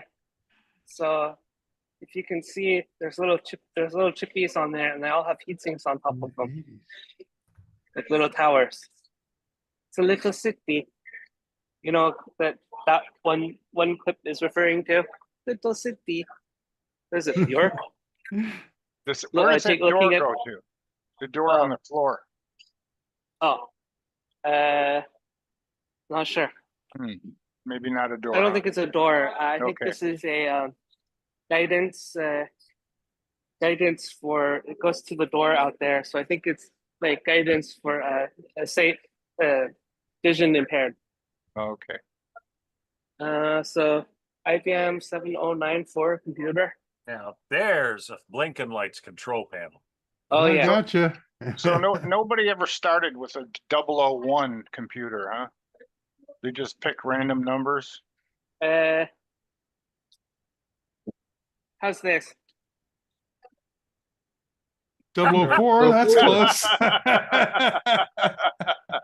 Yeah, what a appropriate time to ask that question. And the perfect old school desk that it was built into. Oh Yeah. yeah. I literally just walked past it, and you're like, wait a minute, I'll just walk backwards. I just UNIVAC terminal with it needs to have the thing removed Oh yeah, from yeah. the front. Yeah, it's got It's the all cataracts moldy. happening. The glue. The What causes inclusion that? screen. What causes that screen to look like that? So, if I remember it correctly, in order to not have the tube blow glass shards in your direction, what they did was they glued another piece of like plastic or glass on the front of the actual tube. Right. And what's going bad is the glue. Yep. All that's wrong here is the glue that's holding that layer on the front of the tube. Is that glue is going bad. So you can remove the glue, and then you just have the CRT unprotected behind it. Right. Yeah. And the Or biggest glue it. problem You can glue it back on, but the removal is the very fragile that's CRT glass, and you're pulling the blast shield off the front Yeah. without wrecking it, which is touchy. I've seen TV guys, they call it cataracts on TVs in the hole. Yep. Lens All will right. go bad. Big iron time. Woo! 11780. There's your Yeah. VAX 11. Nice. Yo, I have a story that I recently told that I think in the 1990s somebody offered me a fax machine, and I turned it down because I didn't have space for it, and I wasn't sure that I would have the right electricity, so I had to turn it down. Oh, right. You might need 480 or something to power that thing up. So here we have a K computer, K1. When I was a kid, we went to the Crays were supposed to be first supercomputers. Sorry, I had to Crays were move because we have a supercomputers. tour over here. When I was a kid, we went on a field trip to we have a NASA Ames Research Center in our area, and they had a K computer doing atmospheric calculations, like weather models and stuff. We got to see the computer. That was pretty cool. Nice. CBC 6600. So we're still on like M-DOL here. Yep. Oh no, Seymour K. Okay, I got mixed up. Seymour K. Yeah. 6600 was the predecessor to the Cray 1, if I recall correctly. Yes. So this is a K.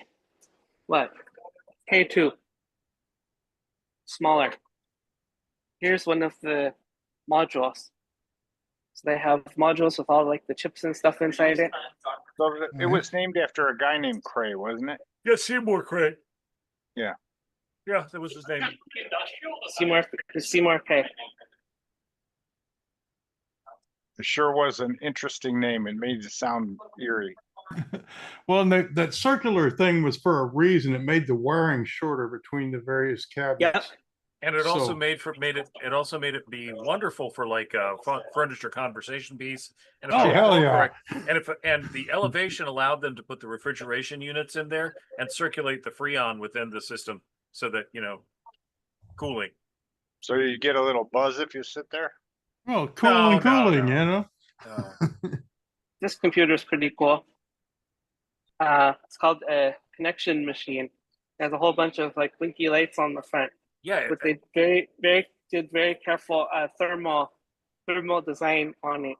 So the air, where the no touching signs are, the air comes in through the center Don't and blows go out there. to the top and bottom. It would be nice So to that see was- this running to see That those was lights. 1985. War Yeah. Games was 1984. So they designed that based on Whopper. Yeah.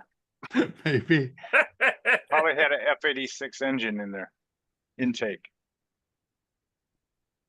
And then here's another. This thing is black. I don't know if you guys will be able to see it that much. Intel Touchstone Delta supercomputer. All right. So we go this way now.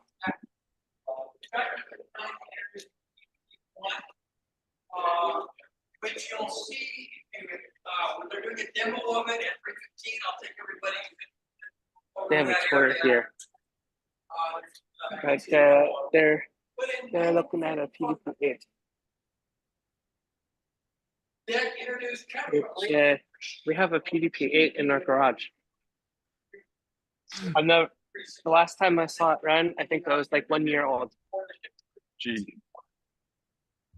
This is one configuration of PDP-8. Another one is over here. It's integrated with a medical device for a brain surgery. They made all kinds of different configurations, addressing all different applications. Things like integrating with laboratory equipment, or like that one, medical devices, controlling The parts. plants, or just small rock. Here's another PDP-8. It's got tape drives and computers here. The tape drives. And then it's got like photonic stuff attached to it. All we've ever Testing. seen is that little control panel. Right. The PDP-8 one. Yeah. Right. This one. Yeah. Well, and by the time I was a kid, by the time I was working in fast food, the PDP-8 was the utility box that didn't even have any switches on the front. You just booted it up and ran our Mannix inventory system or whatever. So the PDP-8 had a good long life. Let's look at this one next. I don't remember what this one is. EDP-116. Why is there price tags? Oh, yeah. Pick it Just so up. that you know, just so that you know how much it was when it was new. There's an HP in the back of an HP computer. Guess that was $26,000. Model 33. Yeah, another Iron ASR. Oh my God. My first computer looked like that. That looks like a stereo system. No. Right? Oh, Digital Nova. Nova. Remember that I said that They lost it. This Brian, museum, I've lost it, bastards. this museum originally started in the Boston, Boston, area, yep. so that's why it's got DEC and Data General. DG, yeah. Yeah. PDP 1120. I wonder what the backstory is to that last computer getting lost. That'd be interesting. Can you Somebody's reach over? got it. Yep, Reach it's over, somewhere. reach over and click one of those switches. I'm not going to. All the lights go out. Yeah. You guys know about this one? Did somebody have a question? Is this like the kitchen computer that? Oh, there, yeah. Oh, is this Yep. from that house in the future that was running everything on the Motorola's? Yes, okay. That's what I thought. The Maybe. kitchen computer. They Few actually have things are one that here. ugly. That's how I recognized it. Looks like a changing table for a baby. Right? Don't it? Well, Okay. you're in the kitchen. Plop her up there. I'm gonna go to the other side here. So this is later, System 32, 1975, and then computer automation and all kinds of different computers. Wow. I had a chance to purchase no, I didn't purchase it. I was middleman.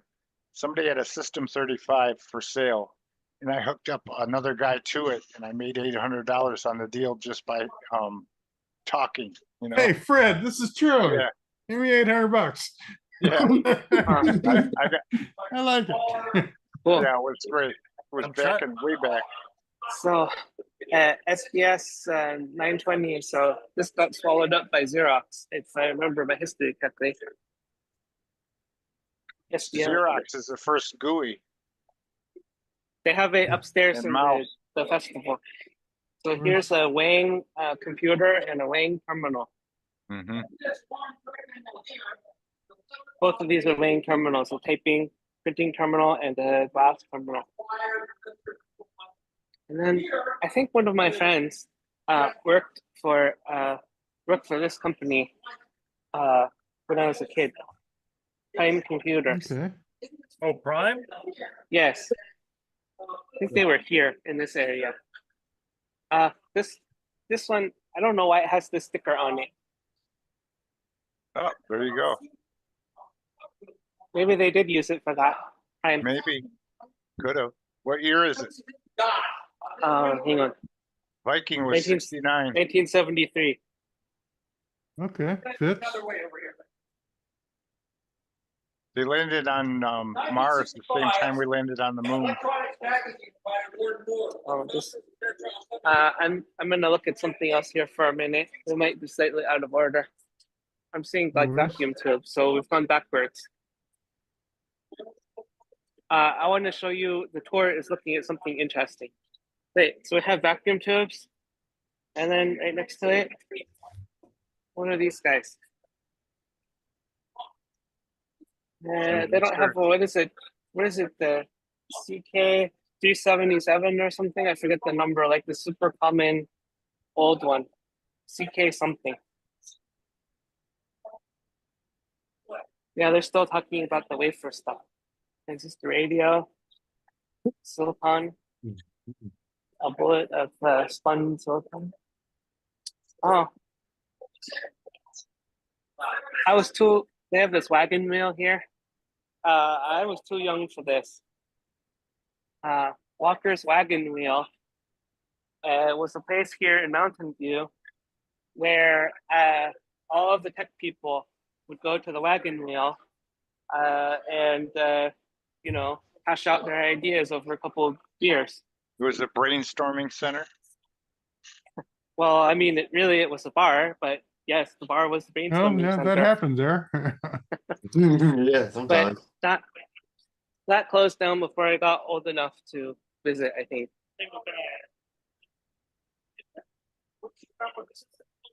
All right, I wanted to show this particular exhibit because we were talking about the silicon wafer stuff. Oh, there you go. So, sorry Moore's if it's Law. a little dark, but Yeah, I heard about 1962, 875, 7/8 of an inch. 1965, 1.5 inches. 1967, 1 inch. 1970, 2 inches. Mid 70s, 3. Late 70s, 4 inches. 1980s, 5 inches. 6 inches in the 90s. 8 inches in 2000. And 12 inches, late 2000s. Some of those look like solar panels. So the display here is showing the number of transistors in a microchip, starting from 1960, and then through the 70s, 80s, and then it just goes all the way up to the ceiling. Nice. I like it. Yeah. Smart. That's pretty good. Wasn't there something like that about motherboard wiring, that you could only use so many wires on a motherboard before they start feedback between the lines and stuff? Isn't there a law? Yeah. I'm sure there is. As the frequency goes up, monkey by some robots here. As the frequency goes up, you do have to pay attention to they basically become like antennas. And so you have to be careful with your impedances and yes, that is a problem. Was there a Radio Shack robot there? Yeah. Um, Yeah, your traces on your motherboard effectively go from being wires to either antennas or transmission lines. Right. Rather than be That's transmission lines than antennas. That's why they're starting to compartmentalize things so much. Yep. Because you can control it much more on a chip than you can on the board that feeds it. So there's no Radio Shack. Oh, look, it's robot. Vincent. Woo. Robbie. Ibo, the dog.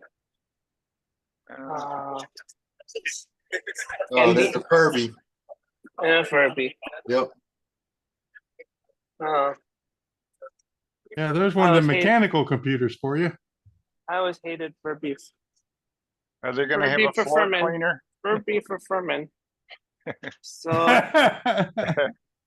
Oh, this is a 1969 robot. You can compare that to the earlier ones. I'm going to skip a little bit to try to move along. Hey, skip land. Don't worry too much. We're almost at our normal 4 hours. Oh, right. So this exhibit is about making music with computers. We have like keyboards and drum pads. Don't worry about being in front. That's okay. Hey, I wonder if they'll have those floppy drives that sing. The Flopatron, remember that? Yeah. I'm trying to avoid the tour. So that room they have some interesting stuff. This exhibit's about creating art with computers. Those people are actually still doing some interesting stuff, but unless you leave out AI.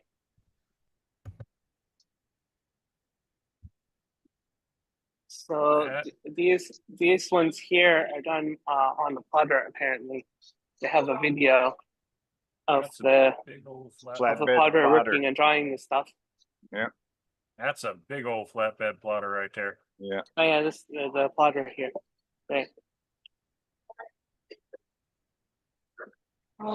And they have HP plotter. Oh.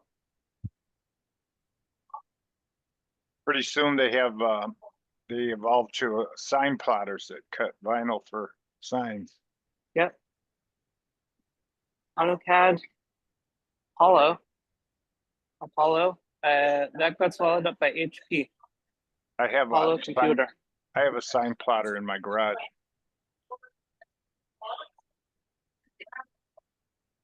And then Sun 1.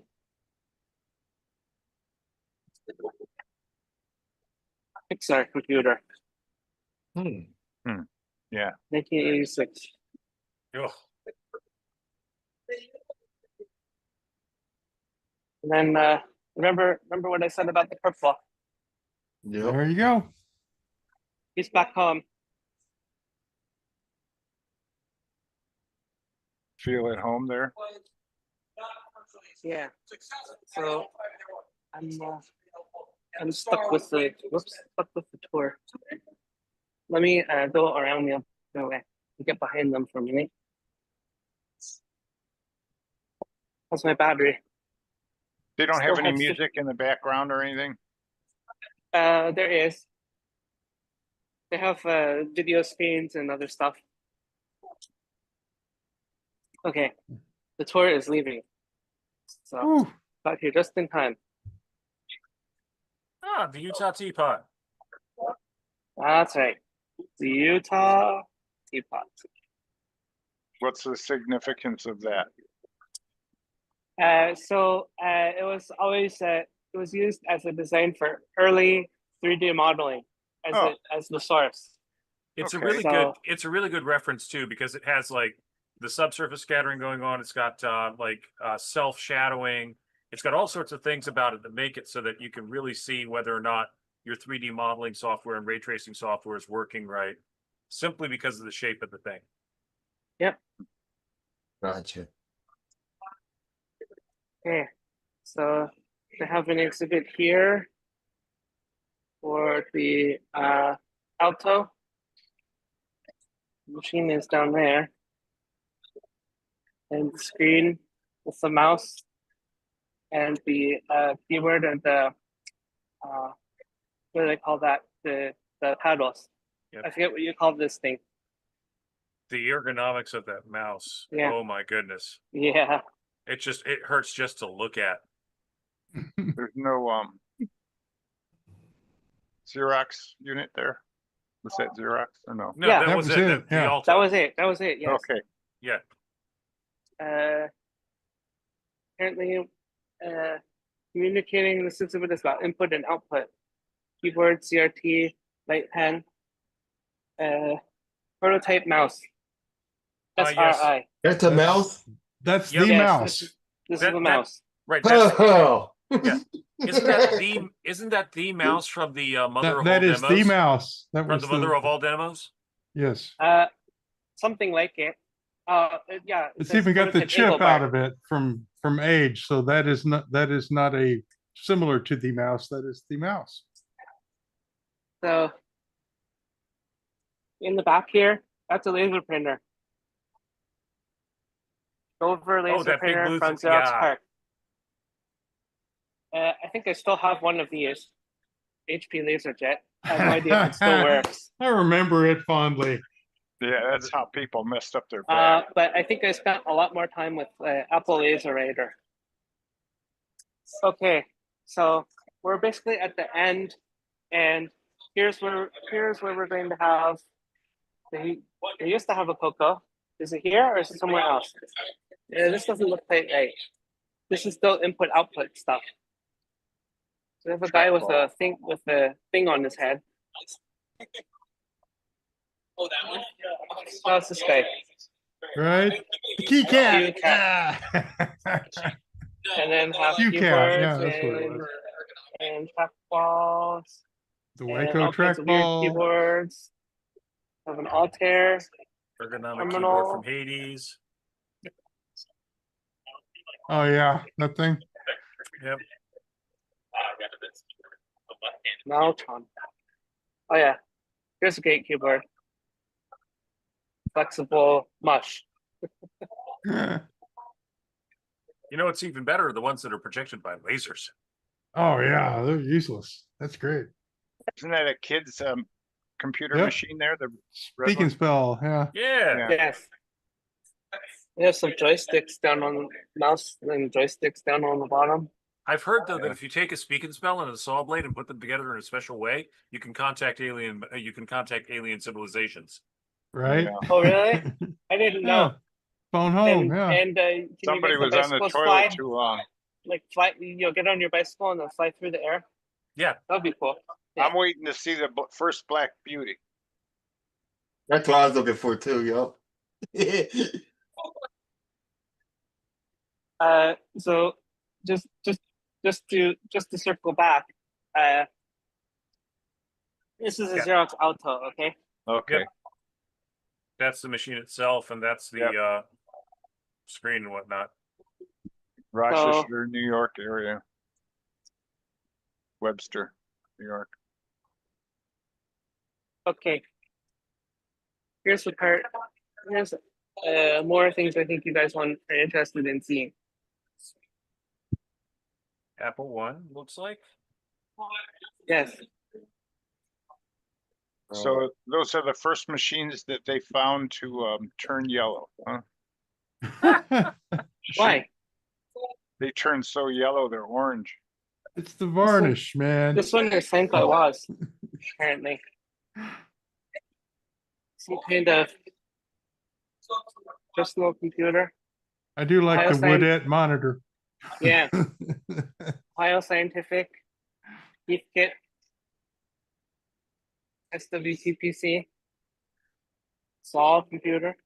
There's a 6,000. TV typewriter, Kim 1. 68,000, I should say. They have Cosmac Elf here too. There's another Altair. Micro 68. That was it. 6800. Southwest Data Products. Yeah. Oh, they got the Kenback. Oh, the Kenbacks. There's the Kenbacks. Yep. Inside Vector. And the Model. There they are. I have that same picture in my garage. At Apple II. I have no idea what this thing is. Switzerland. Atari 800. Some other Electron. Kookaburra. In Australia. Kookaburra. It probably. So we screeches can't use when it this name starts. because it's been taken. Do you think it's got a Okay. screech when it starts?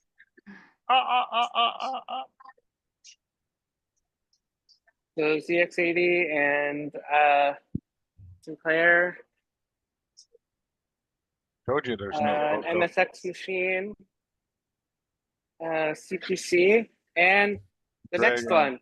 Ta-da! Dragon. Dragon.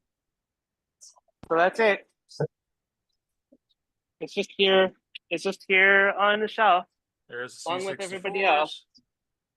That's how it's displayed.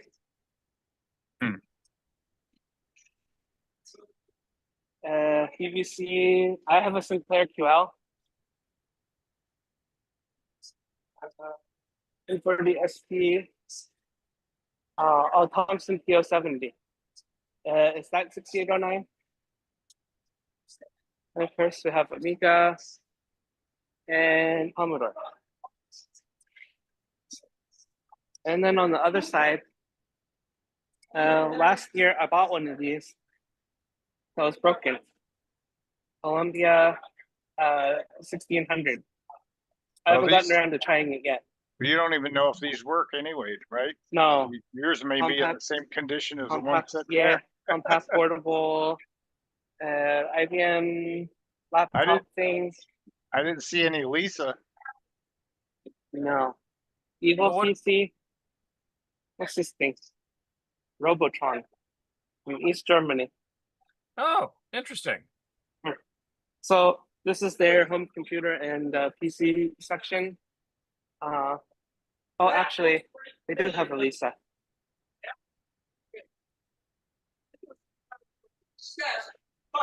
It's there. I can go up to it in a little bit. Let me go over here.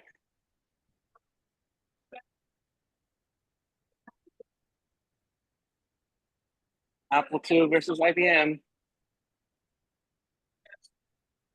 Remember those commercials? Oh yeah. They couldn't afford an Apple monitor. I don't know. It's in the picture. Yeah, I know. Someone stole it. I'm trying to stall so I can get behind the We missed the section over here, did we?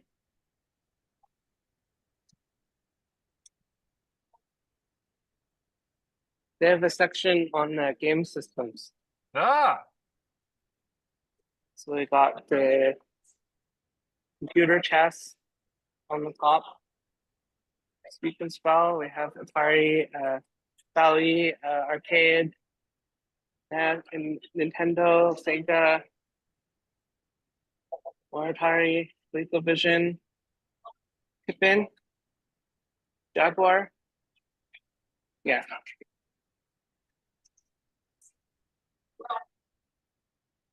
He's still talking over there by the other exhibit I want to show. Odyssey.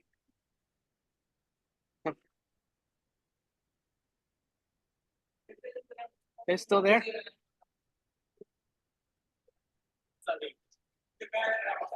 Hello? Oh, we're here.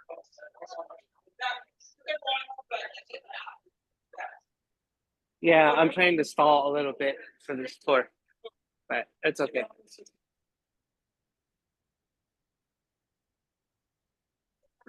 Did you see they have new windows like that that have an electronic device that makes them clear or? Oh yeah. Anything else to look at? Let me see if there's something else to look at. You know what they don't show? They don't show these old computers with ashtrays full of cigarettes. Because that's probably what was around. I don't know. The Apple II, maybe not so much because it was in schools. Yeah. You know, they had them in the classrooms, not in the teachers' lounges. Did you ever see a computer with a cigarette burn? I've owned several computers with cigarette burns that I caused back in. Yeah, I've done that with Wilmont. So the reason they're yellow isn't exactly from No, natural no. selection. We all had floppy disk cleaners for a good reason.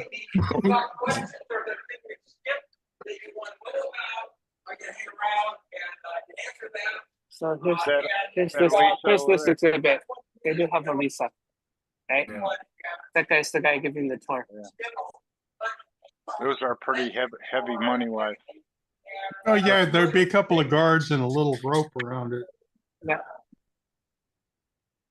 Okay. Yep. There Nice you go. wall. I accidentally clicked the screen. They have little screens, windows, and Apple stuff. I think this is like an homage to big box software. Looks like different software and games. It's actually above my head. It's pretty interesting. The big box experience. Microsoft, VCFW, Adobe, Linux. This Linux one is interesting. It's like glued on. I don't know what happened. They had to change something probably. I wonder if they got a Model 2000 in there. Model 2, what Model 2000? No, Tandy Radio 2000. Shack Tandy 2000. Yeah, I don't think so. Because it was pretty Too controversial. new, man.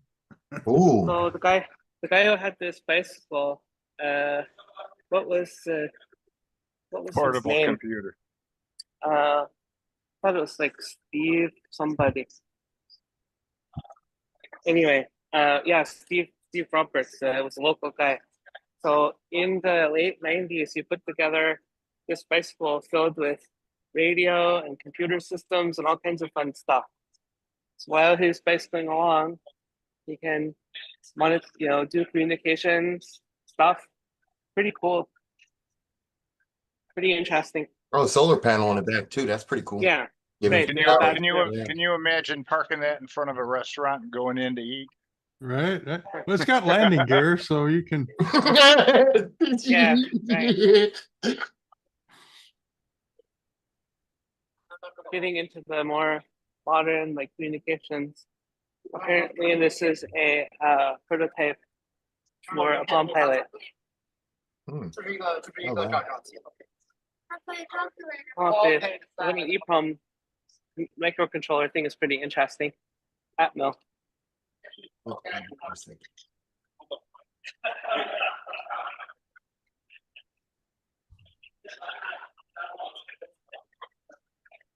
This exhibit is about portable stuff. What's this thing? Scout 2, all-terrain sub-notebook. I guess this is like the predecessor to Tough Book. Tough Book, yeah. Right. Yes.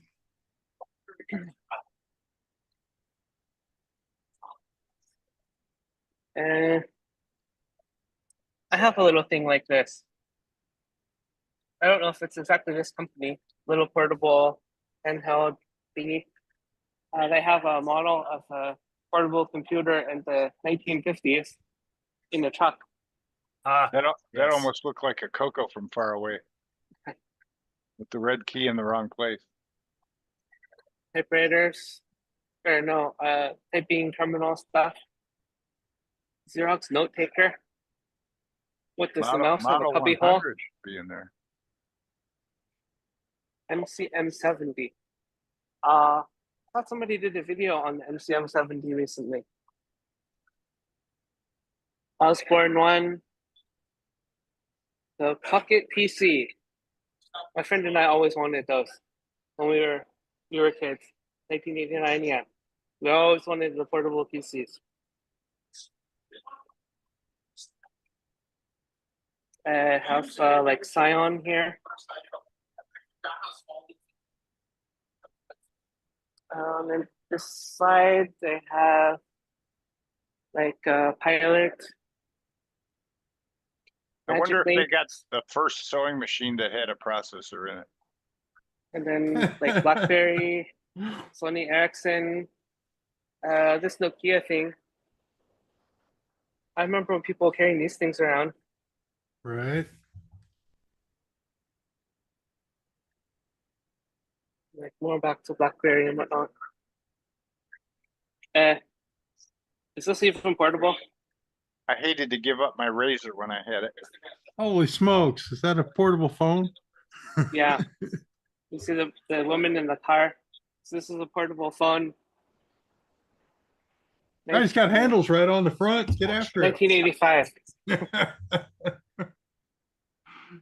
Okay, we got some more portables here. UPS terminal. I remember when they had these things for years and years. Right. Grid.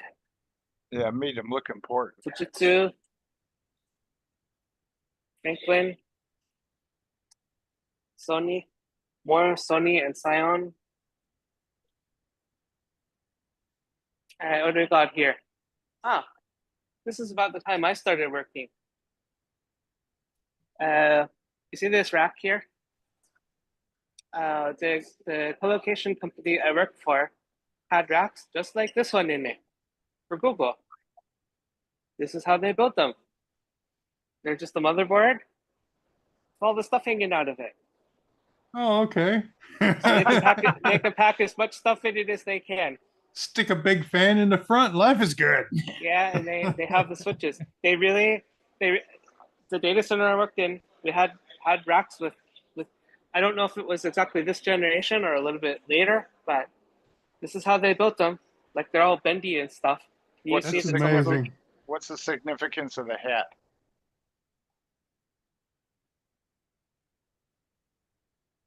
Oh, it's a beanie with a propeller. Yeah. Google. Can you read that sign at all?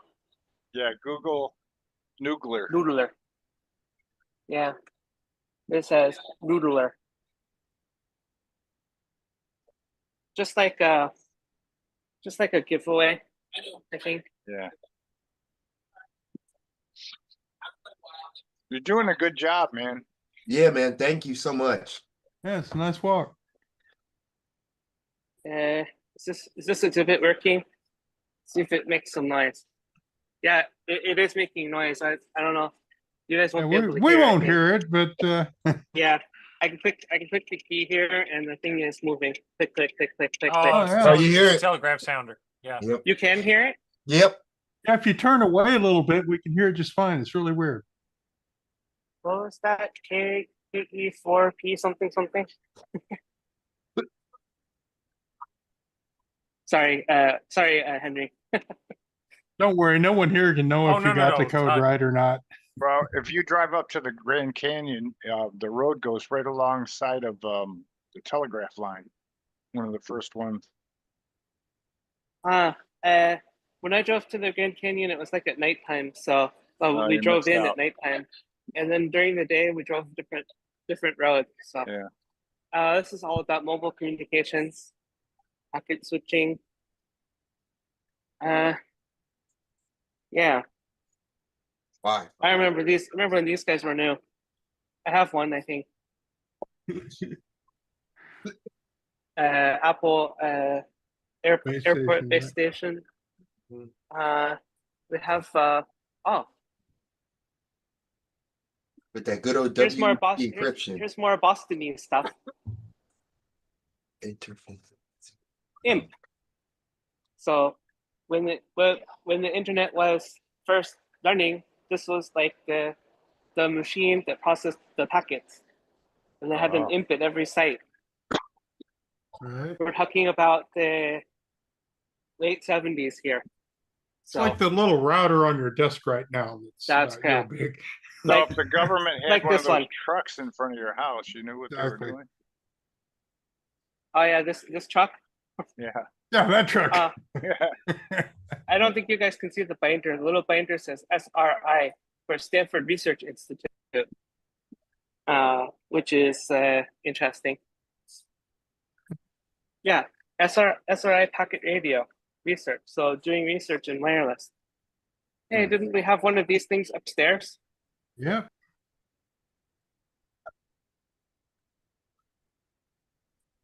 SNA. Yeah, IBM stuff. And then this side, they have like Ethernet stuff. 10 base 2. Vampire taps. Yay. Yeah, I remember those things you had to turn. What is it? Push in and turn. Well, yeah, but the older one with Vampire Tap, you couldn't cut that cable, so you just had a thing that punched into the side of it. That's it. And made a connection. Right there. You mean like this, Ron, right? Yeah, the BNC or something they called it. Yeah, that's the BNC. Ah, But then the bad. one above it was the really evil one. Straight up the top of this board, that orange cable going through. Yeah. You couldn't cut that. So that connector clamps into it and like vampire teeth to make the connection. Oh, wow. And you had to do it on the floor in real time. And so the cable had to come into the machine and go back out from the machine and back into the floor. And you couldn't break anything. And if you ever cut anything, it was all messed up. And your job was in jeopardy. It was great. It could have been worse. It could have been Twin Axe.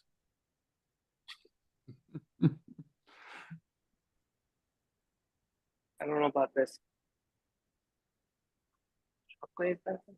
What's it say? The Shockwave Rider by John Brenner. The dark Don't know side of the about net. There you go.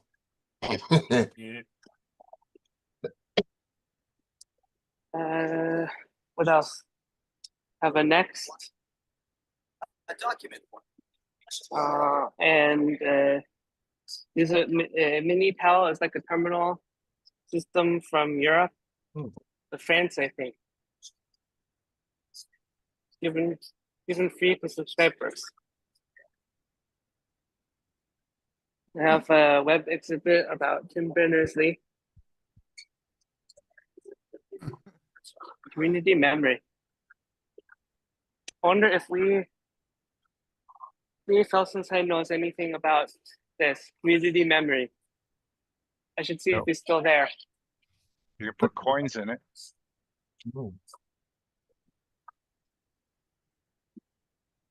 This is about web technology, Mosaic, Lynx, Netscape, Samba.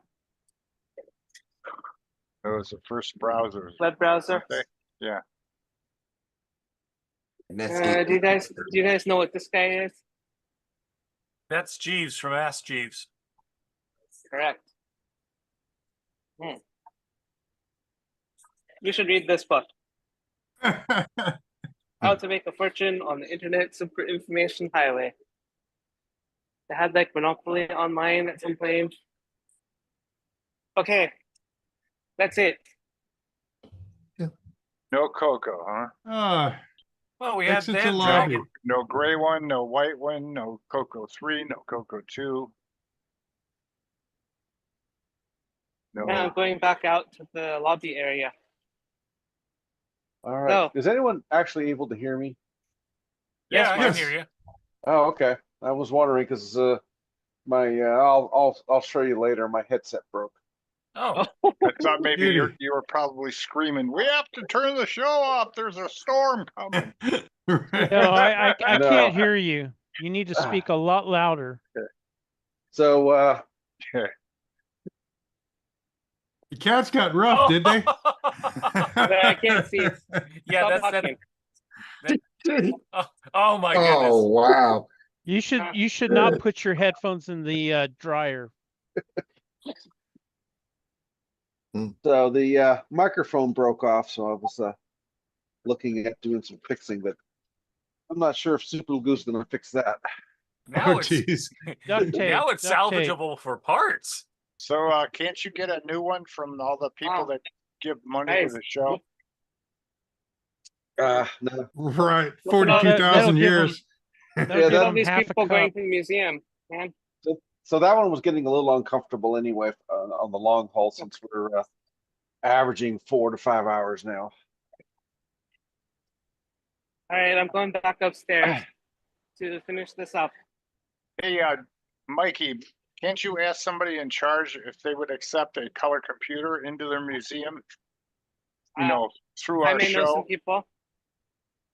They'll say yes, and they'll put it back in the stacks, and you'll never see it again. I think they probably have in the back. Okay, What good one is more. that? Nobody knows about it. One more thing. Let's see what's left in this room. Oh yeah. Oh, you got a pocket left, do you? Yeah. Very big pocket. The Commodore drive that was here before left. You know that monitor that was missing on the Apple? Right. It's over there in the room. Anyway, I need to eat something. 3 o'clock. Thanks for your tour. Yeah, thanks Cool. for the walkthrough. Thank you very much. Unix That was System awesome. 5 for IBM PC. Wow. That's cool. Is it in the box? Must be. Oh, Yeah, it must with be all in the the box. goodies. Yeah. Anyway, I'm tired. So Okay. All right. Well, hey, thanks a lot. This has been Yeah, quite we appreciate it entertaining. very much. yeah, One so of, one of you our know, you outstanding shows. guys got to see the actual museum too, which is, as you saw, lots of cool stuff. It's nice. Yeah. Alrighty. Well, thanks a lot. Curtis all right, Boyle next missed up. a good one. So Mark, we lost Marco, didn't we? Looks it. Oh yeah. Okay. Well, I was going to ask him if he had the news ready. We got no stinking news, and we also lost all of our Canadians. So now what? Yeah, and we're down Man. to 33 on 29 on YouTube. Yep. So We might have beat it to death. yep. All right. Well, let's go ahead and run the outro then. This concludes another episode of the CoCoNation, the world's leading live interactive talk show featuring the Technicolor computer. For all things the CoCoNation, visit us on the web at thecoconation.com. We'd love to hear from you. Send feedback, suggestions, even segments via email to show@thecoconation.com. The CoCoNation show would not exist without the community and its cast and crew. The CoCoNation theme song, copyright 2022, D. Bruce Moore. Mixed, mastered, and produced by D. Bruce Moore. The CoCoNation is over. Join us on the CoCo Discord server. CoCo forever. During the break, you guys were talking about the Palm pilot. No, Well, yeah, the put the space pilot in. pen company apparently sued Palm, so they had to remove the pilot name. Oh. So it's just that's why it was. That's why later it was just Palm. Yeah, give me 5. They had to drop the pilot. Funny. So Okay. Well, next week, double news episode. Be ready Yeah, to be double- here until midnight. Right. Bring a Double- snack. Yep. double news, double nap. Yep. All right, All Mark, right. Golf go- channel for me. go get a big burger. Yep. All right. I'll Well, see what I can get walking through the parking lot to across the street. So Are you gonna look at Starbucks and roadkill? 7-Eleven. You looking for all right. roadkill? Let's put everyone else out of their misery. So Put a fork in it. We're done. until next time.